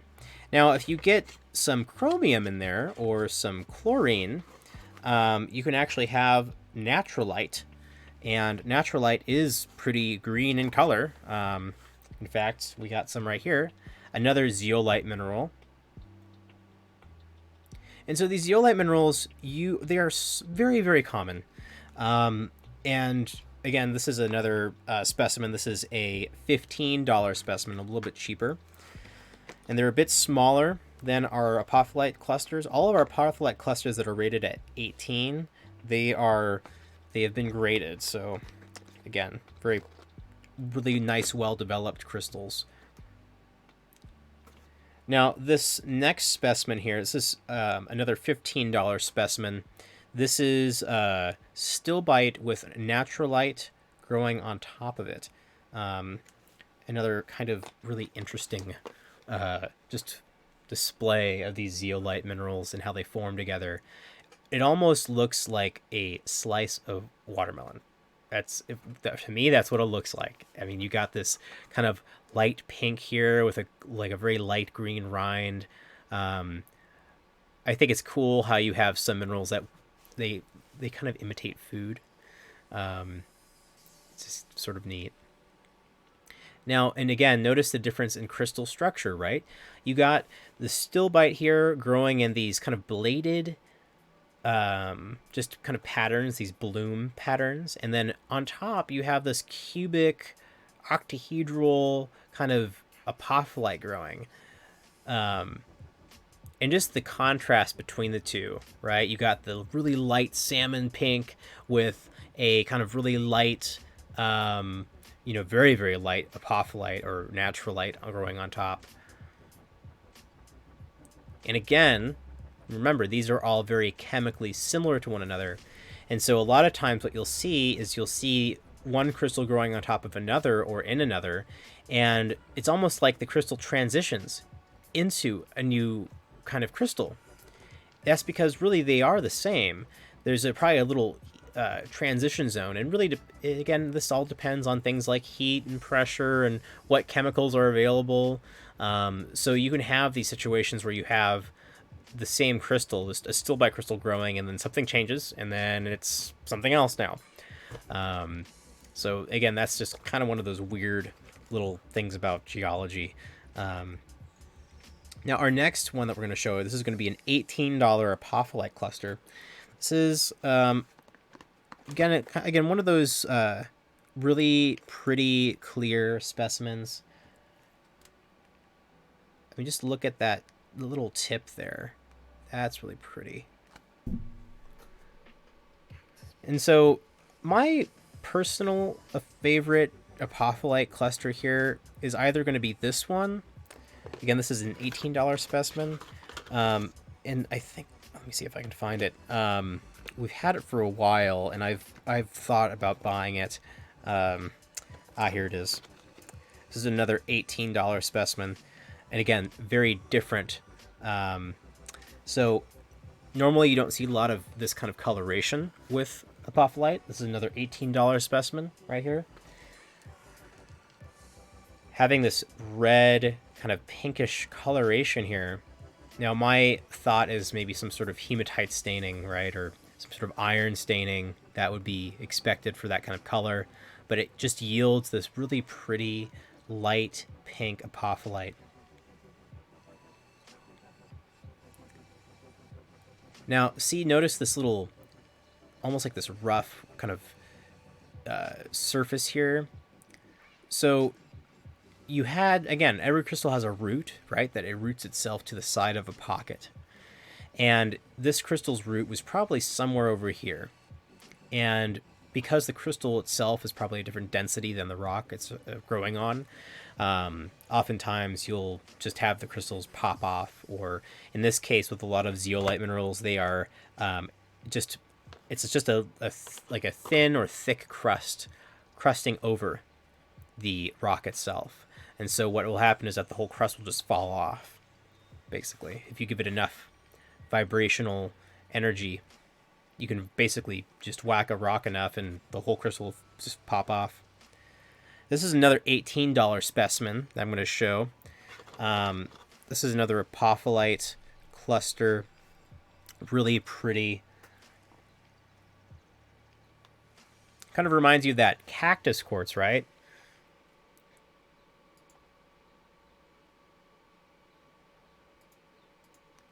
Yeah, these are just absolutely gorgeous.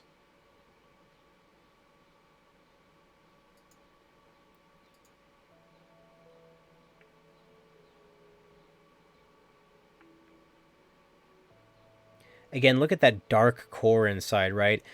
Now, imagine you have like a stalactite or a spire of some kind growing inside of this little pocket, this volcanic pocket in volcanic rock, and the crystals are just going to want to grow around that.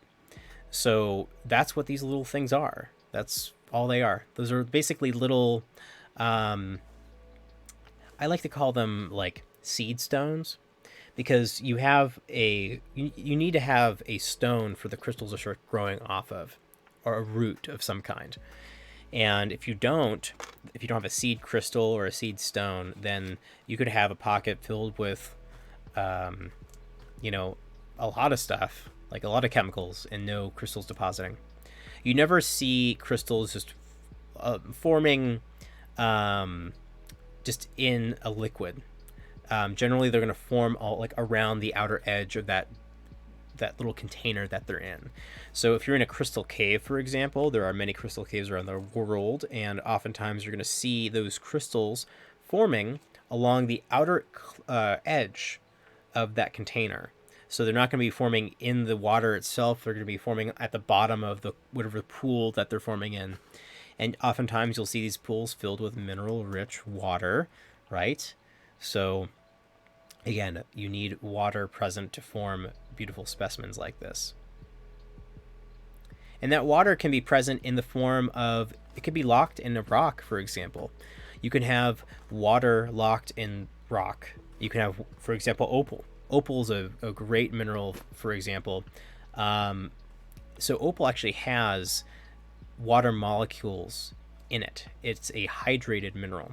And so if you, for example, if you leave opal out in the sunlight, which I would not recommend for an extended period of time, you can actually dry out the crystal and it will start cracking and be dehydrated. So the water actually will be evaporated from the stone. It will literally, the sun will cook it out of the stone.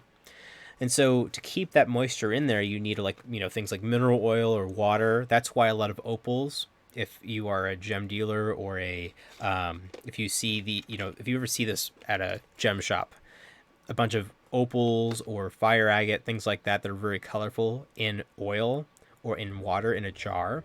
The reason that they're stored like that is because they need to retain that moisture. If they don't, then they're just going to dry out and crack, and then they're worthless. So just an interesting little piece of information there. Now here's another really beautiful apophyllite cluster. This is just another large one before we kind of move on to our last segment here of um, the zeolite series. So, again, we have this kind of interesting bed here, right? This bed of stilbite. So that's that lightish pinkish color material here on the bottom. And then it's covered with these large apophyllite crystals. This is another $18 specimen.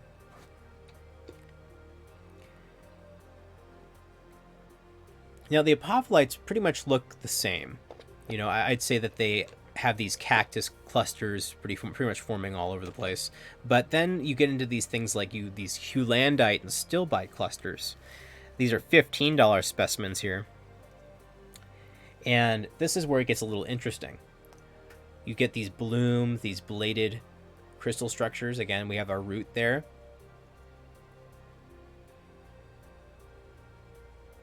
Now, these minerals are in the zeolite series of minerals, right? And all zeolites have aluminum in them. So we call those aluminosilicate minerals. And that's just another fancy way of saying that they have aluminum in them and they're silicate minerals.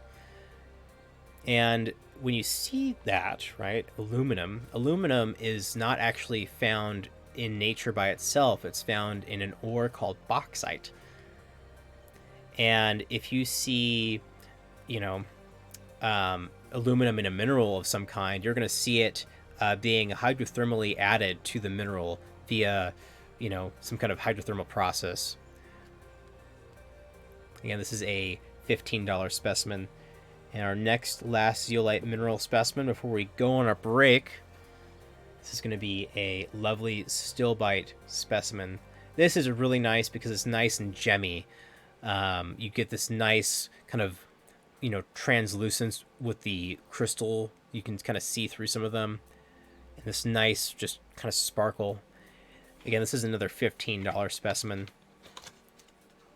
Now, all of these zeolite minerals that we have here, these are all from Mumbai, India. And most of your zeolite minerals that you see on the market are going to be from India.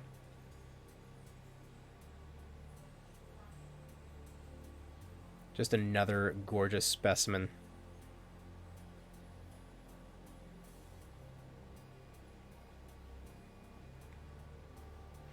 All right, so we're going to go on our break now.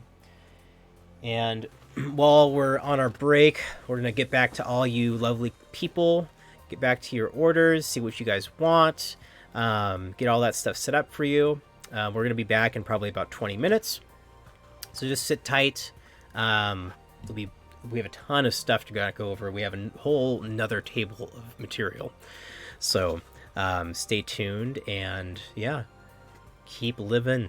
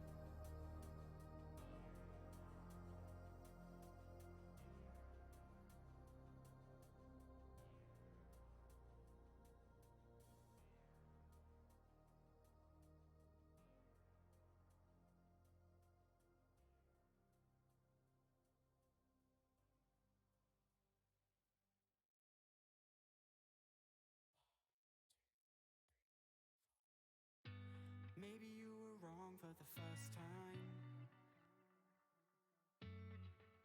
and maybe I was looking for a lifeline, someone to hold on to, something I thought was truth, so tell the truth. But I can't let you go,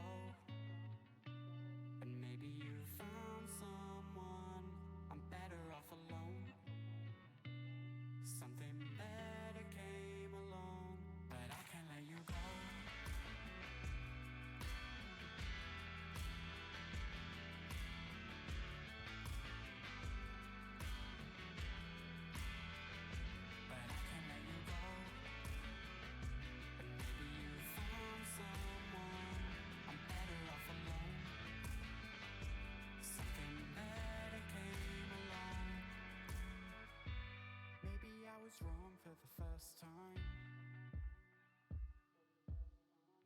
And maybe this was all just in my mind. We'll rise and fall and start again. God knows when we'll reach the end. And every single thing might fall apart, but I can't let you go. And maybe you found someone. I'm better off alone. Something better came along, but I can't let you go.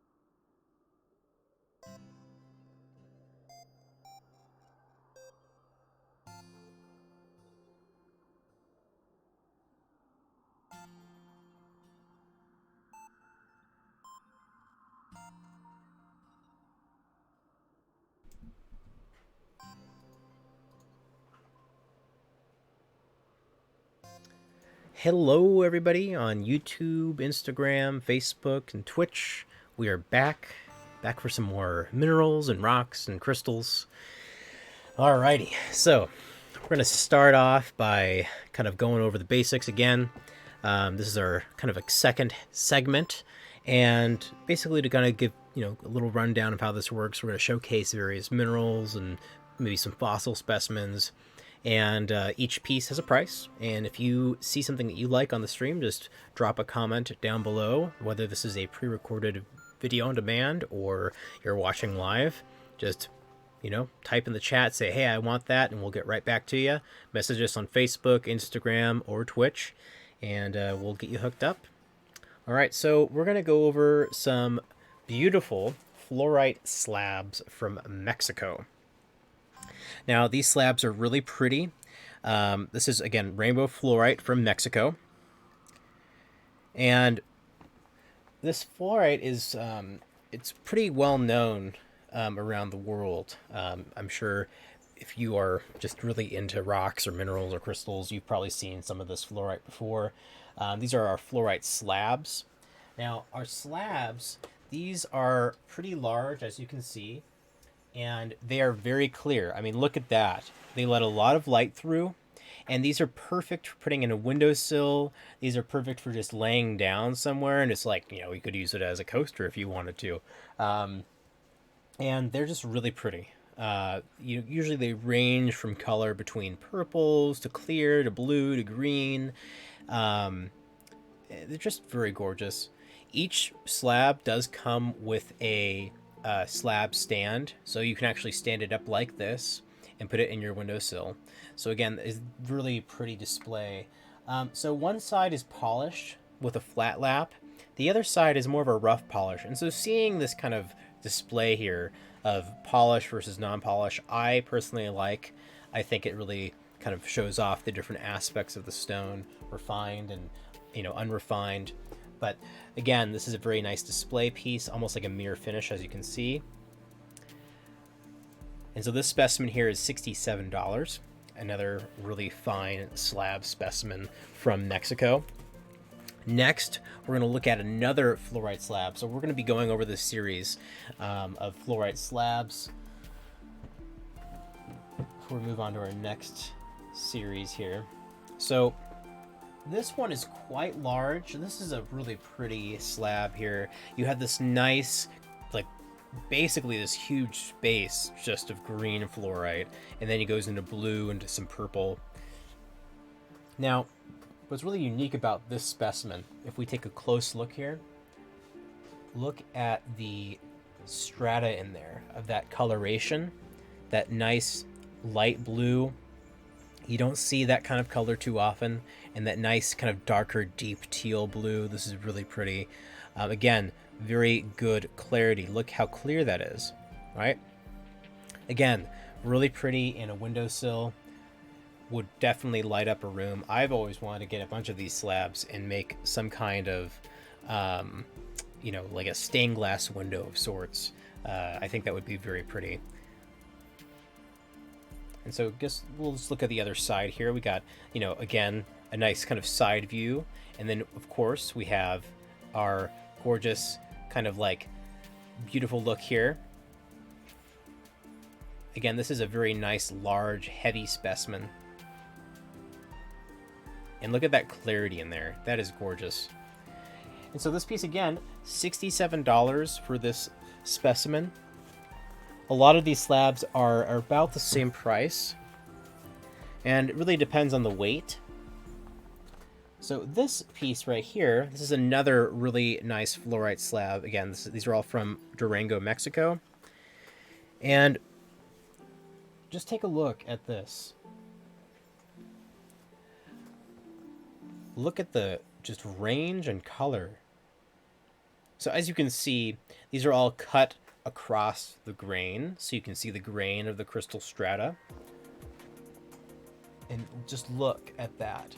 And it's cut at a slight angle because, notice how it's a little bit blurry here, but if you just turn the crystal a little bit, you get a different angle and you actually get to see that crystal strata there. This is really pretty. There's a lot of color in here. Now, weight-wise, this is a great price for the stone, and color-wise, this is an amazing price for this slab. Just take a look at the color in there. The range of color that you see, I mean, that is incredible. And so again, we have this like nice, gorgeous, polished side, and again, a little bit of a rougher side, but again, I think it's just so beautiful. Absolutely gorgeous. So this slab here is $90. Another beautiful display of fluorite from Durango, Mexico. And look at the clarity. You can just see my fingers to the other side. That is really cool.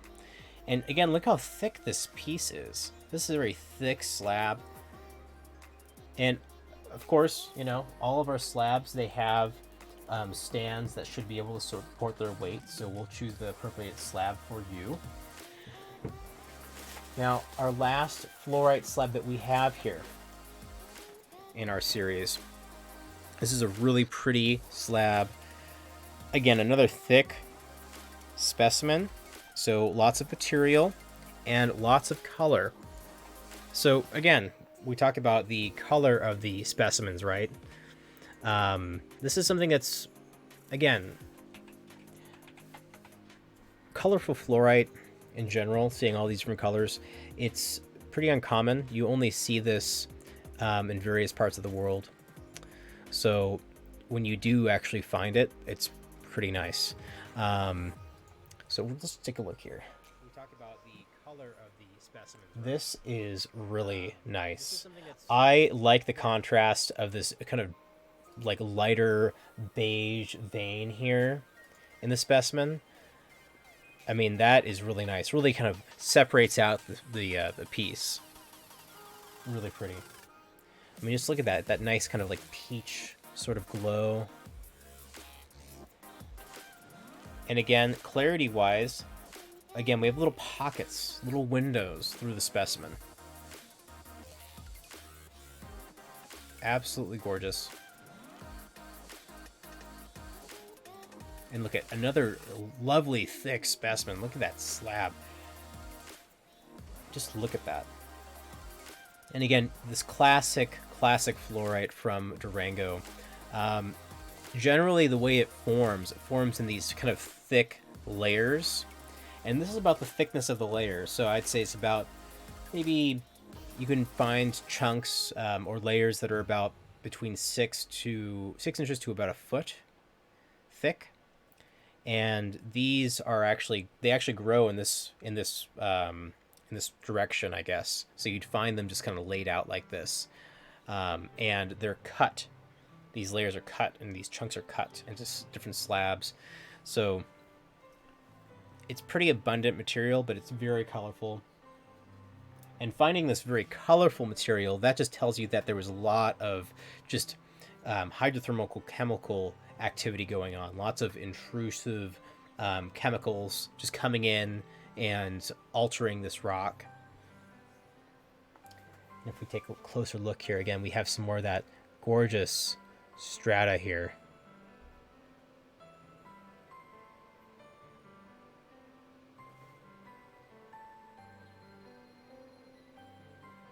Absolutely gorgeous. So again, this specimen here is $90 from Durango, Mexico. All right, so we're going to go over some more specimens here. Now, this is our second segment, and it's going to be a little bit shorter than our first segment, sadly, but, you know, we got to keep on living. So we're going to go over some more slabs, and these are going to be some nice shungite slabs, and a variety that's pretty purple and very pretty. So these are really pretty. These are actually, another colloquial name for them is black marble or purple marble or lavender marble. Just take a look at the color in that. That's gorgeous. Now, seeing this purple color in nature, and especially in geology, is quite uncommon. Generally, you only see it where there's some sort of weird kind of geological occurrence going on. The purple color can come from a couple different, different factors. Maybe there's some sort of exotic chemical being deposited in or intruded into the rock. Could be hydrothermal alteration, so you heating the rock. But in general, most stones, most minerals that are purple, the coloration is pretty. Can't really explain it yet.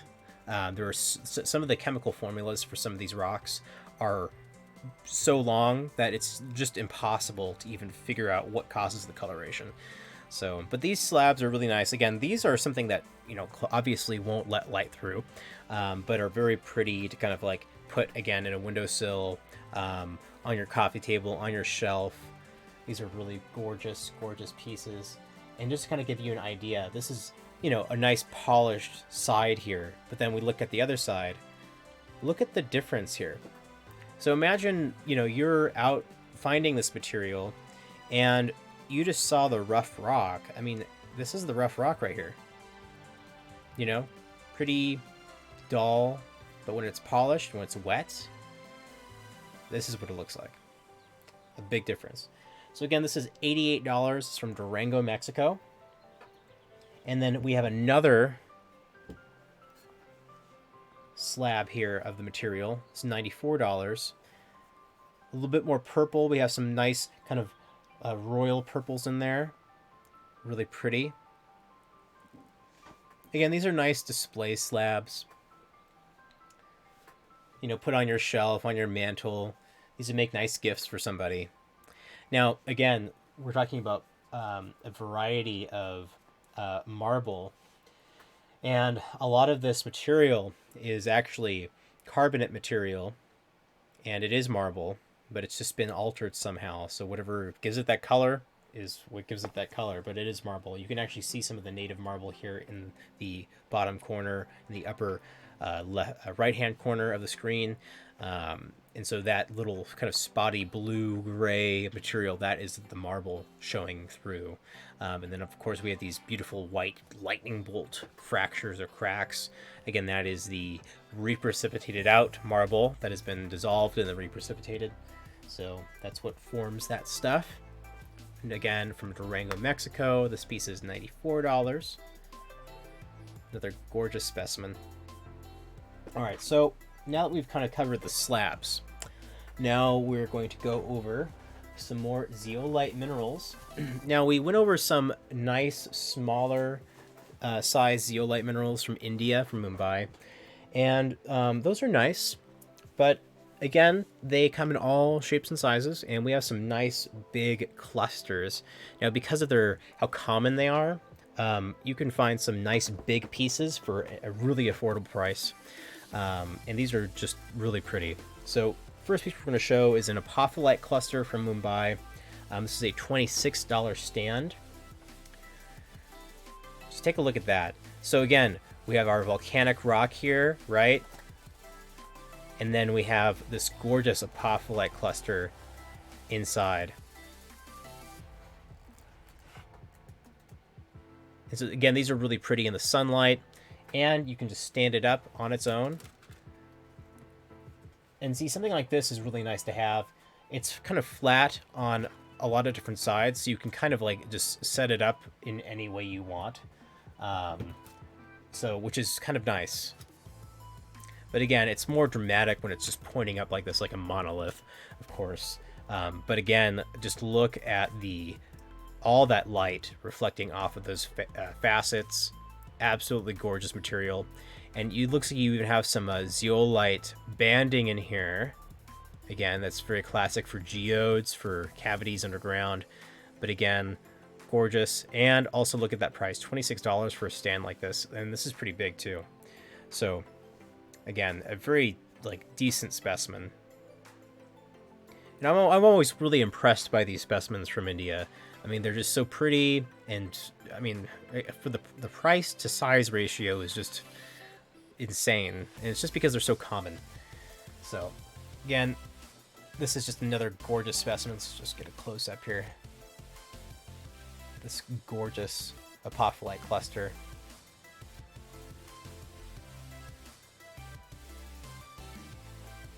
All right, so next we're going to look at another zeolite cluster.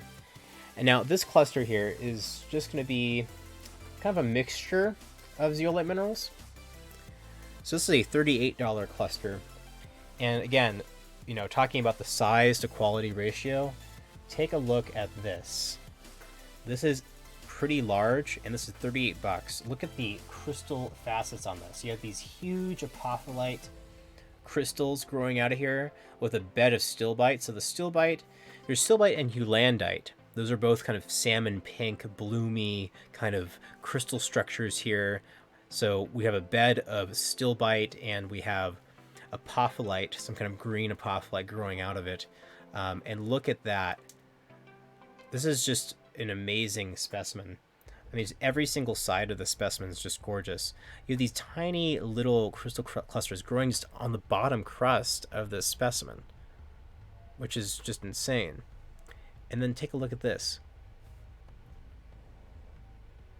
Some of these crystals in here, these apophyllite crystals, have some beautiful clarity, and they're just absolutely massive.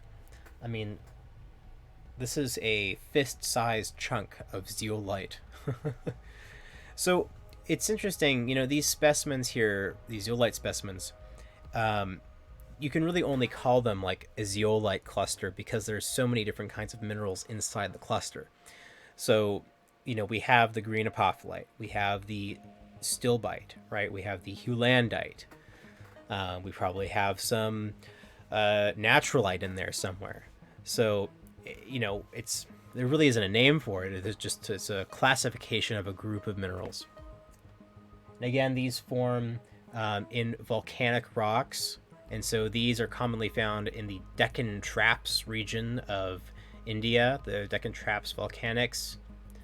Those are about 70 to 100 million years old.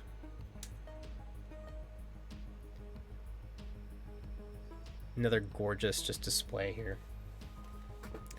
All right, so next we're going to look at some more, right? We got a big chunk of stilbite. So this is just stilbite. That's all this is. And you can really see just the crystal habit of the specimen in action here. So just a very interesting kind of mineral, right? Again, this kind of salmon pink color. $27 for this specimen. And again, look at that bloom structure, how it blooms out. And every single side is just kind of interesting.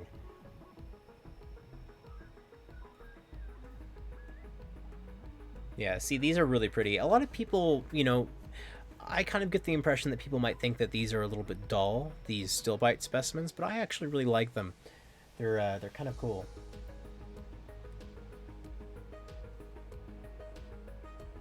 And I just love these just the bloom structures, in just the right angle. Just gives, you know, just displays a beautiful shadowing of each little crystal habit. Absolutely gorgeous. Again, this is a stilbite cluster, $27 for the specimen. And again, pretty large, another fist-sized specimen. So next, we're going to look at a big apophyllite cluster. And this is what we'd call an apophyllite cactus cluster. You can see why. Just take a look at that. Look at all that sparkly material there. And look at that, $48 for this piece. This is a massive specimen. This is a great cluster to kind of have like on your desk somewhere, you know. Just take a look at that. So just imagine, like, on a sunny day, the sun's peering through your living room, and then you just see this gorgeous disco ball of just light. That's exactly what this would do. And so the other side, right? Again, look at that. So this is the root of the crystal. And this side is even beautiful, too. I mean, you wouldn't even think seeing this and just expect this on the other side. Again, just another gorgeous specimen. You can get a bit of a close-up here on the crystal clusters.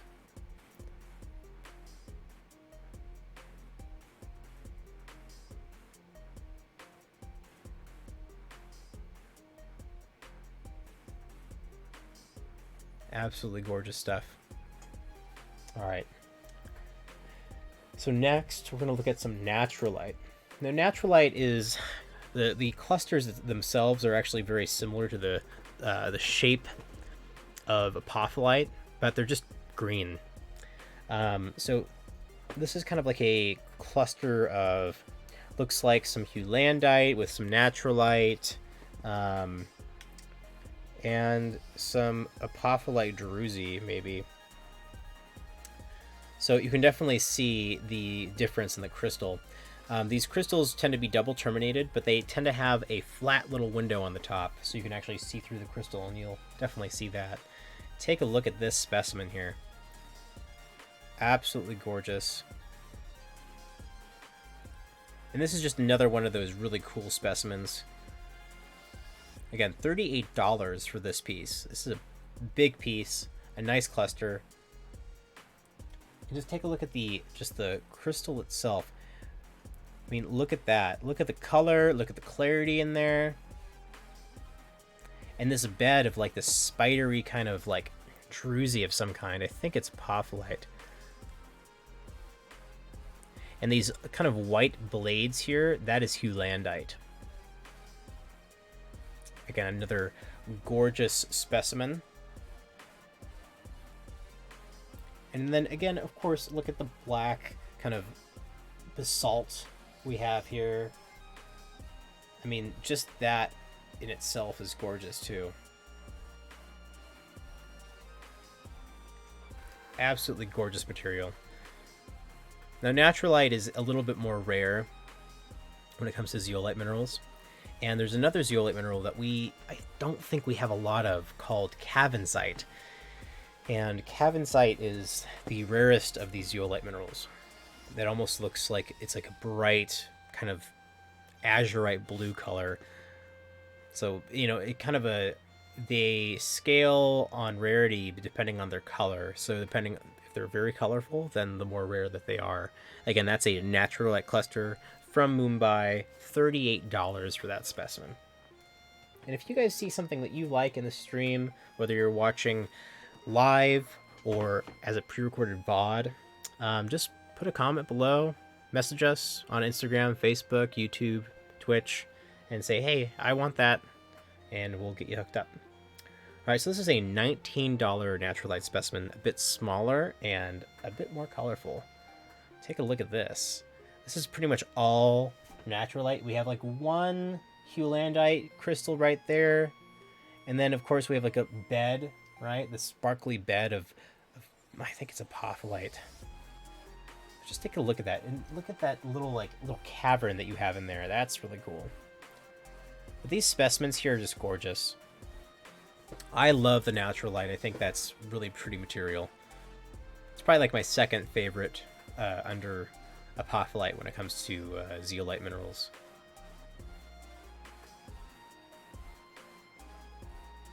Now just take a look at that. Yeah, and you know, the thing too that this formed over the course of almost 100 million years, that's pretty neat. These were starting to form when the dinosaurs were still roaming the earth.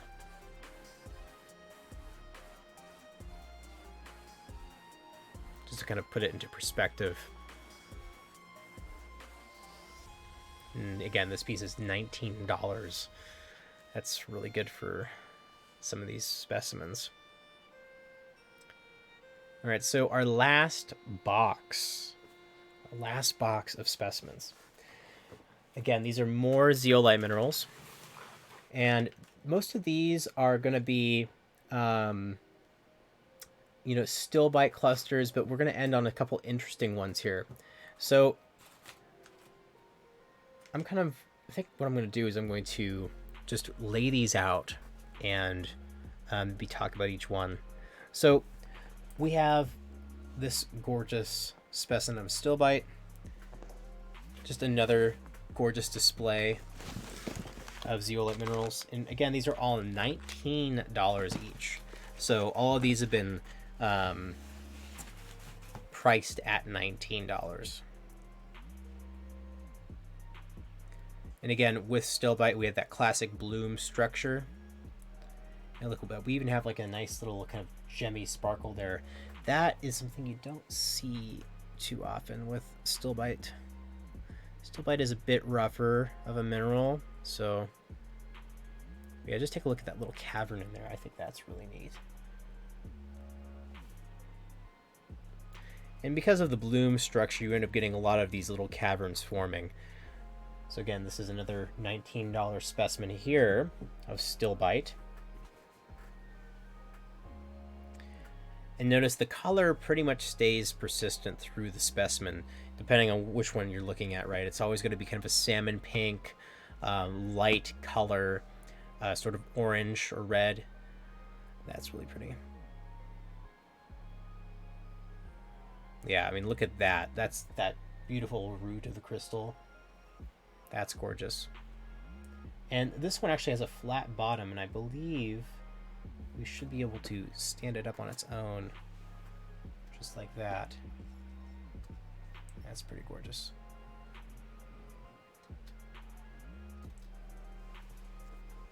So our next one we're going to look at, again, more stilbite, because why not?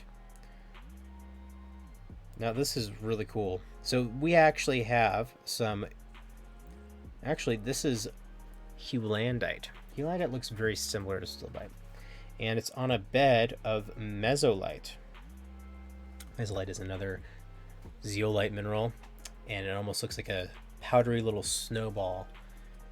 That's this kind of sort of fuzzy little crystal thing here at the bottom. This little bed, little mesolite crystals. And then, of course, you kind of notice the difference here, right, between stilbite and heulandite. Heulandite, you have these almost like these double terminated diamond blades.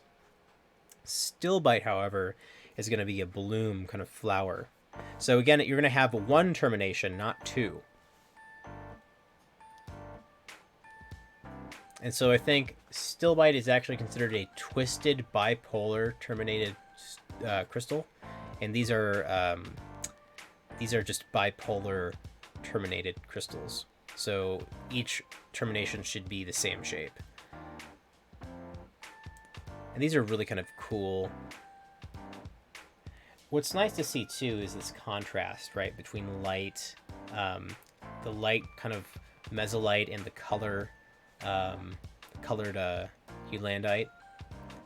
That's really nice display.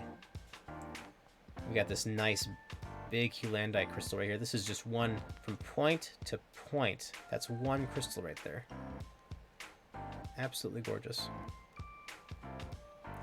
And again, these are all $19. Pretty good price for some big specimens like these. All right, so we're gonna look at some more here. So this is actually a really pretty one. Both of these are actually. So on this one, we kind of have a transition between stilbite to apophyllite, and it's a very subtle transition. Very interesting, actually. So take a look at this guy. Look at that. Just the color in there. That's really pretty. Now, the very outer edge of all of these stilbite clusters, these crystals here, they are all capped with this kind of white, clear crystalline material. That is apophyllite. So this is that, again, zeolite minerals, they're all chemically very similar to one another. And so there must have been some sort of change in the crystal's growth, and you had this abrupt change happen. So you have this transition zone where it's stilbite, and then it changes into apophyllite. Just a very interesting kind of thing to see. It's a really pretty stone. And again, having this kind of outlined with this kind of dark manganese deposit in between, I think there's also maybe some hematite deposits in there, really kind of highlight the crystal itself. Oh, look at that shine in there. That's pretty. All right, so next This is an interesting zeolite mineral. This is actually found in Morocco. And this is a stilbite cluster on a bed of galena, which is lead ore. So this is actually a really pretty piece. So again, you have those classic blades, right? But this is kind of an interesting, smaller kind of clustering of stilbite. You still have that consistent color, but look at that those blades in there. That's really cool. Let's get a close up on that. Let's see if we can get a, yeah, there we go. That's a nice focus. That's really pretty.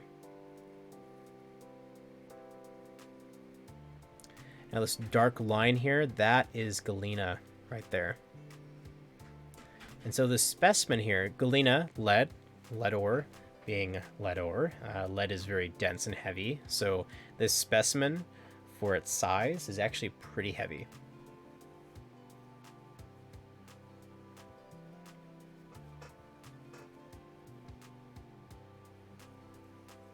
It's kind of a nice little layer cake too, of just minerals.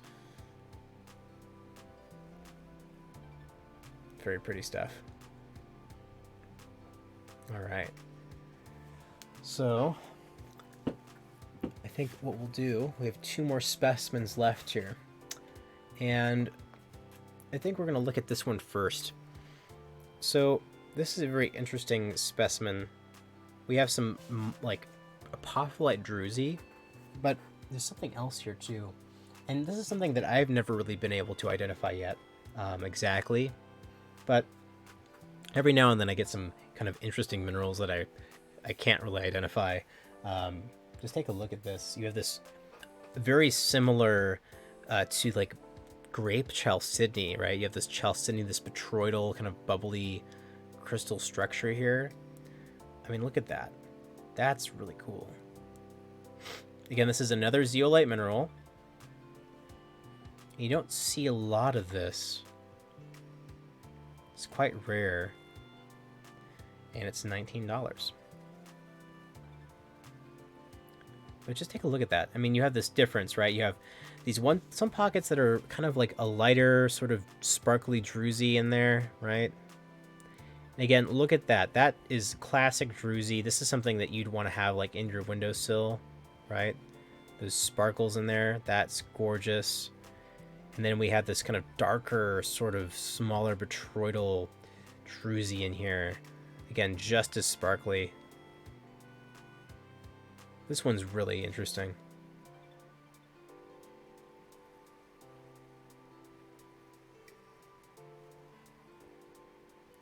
And I think this one also, yes, this one also has a flat bottom. So you can also just kind of set it down, you know? And it has a couple flat sides on it. So again, kind of nice for display purposes. A beautiful specimen. Again, from Mumbai, India. Another the zeolite cluster mineral specimen. We even have a nice transitionary layer here between like that lighter druzy to that darker druzy. I mean, just look at that beautiful sparkle. Absolutely gorgeous. All right. So last but not least, we have some beautiful dark amethyst from Mumbai. And this is a type of phantom amethyst. And these phantoms are pretty outlined. Actually, the inner phantom itself is actually much denser than the outer phantom. And so there's actually like a very defined outline here. It almost looks, again, like a crystal within a crystal, right? That's exactly what a phantom is.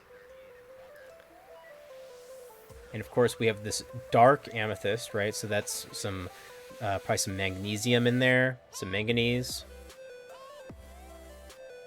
giving that dark coloration. And so again, this is just kind of like a nice, kind of neat little specimen. And this would be a nice, affordable, fine mineral specimen if you're like a mineral collector and you're looking for something kind of weird, sort of uncommon. This is pretty uncommon. Again, from Mumbai, India. Just look at that. That's really cool. Just the the outer crust layer. I mean, that's really neat too.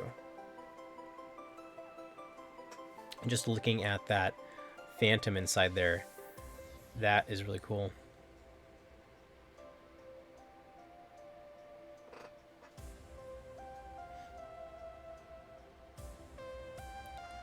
All right. So again, $19 from Mumbai, India, dark amethyst. And I think we're going to end it here, guys.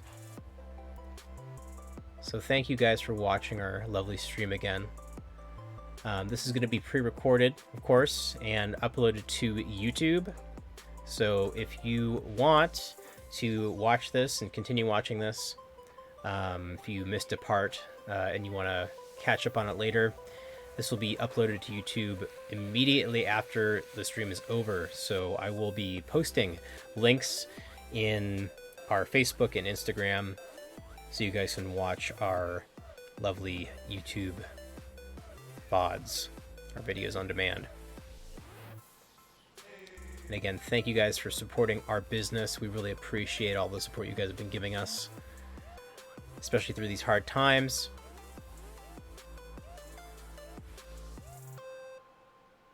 And please definitely give your friends and family a shout out for us. We would love more people on here to kind of share in the passion here with the stones. Our last live stream was pretty good, and this one is just as good. So I think we're just going to keep on doing this. The plan is to keep doing this until the end of the pandemic every Sunday from 12 p.m. to about 3 to 3:30 p.m. Pacific Standard Time. So catch us on here on Twitch, Instagram, Facebook, or YouTube, and we'll be on here ready to serve up some cool rocks, some cool crystals, and lots of love. All right, and again, another final shout out. We have a beautiful selection of tumble stones on our website, so please check that out if you want to go, check out some of our go-to items. Go on there. We have about 57 different kinds of tumbled stones on there. So that's at midgardmercantile.com. Definitely check it out. And again, another shout out to all of our supporters, including Ryan from Ohio. All right, guys. Enjoy this last look at this lovely dark amethyst cluster, and have a beautiful Easter and a beautiful rest of your week. Stay safe and stay healthy out there.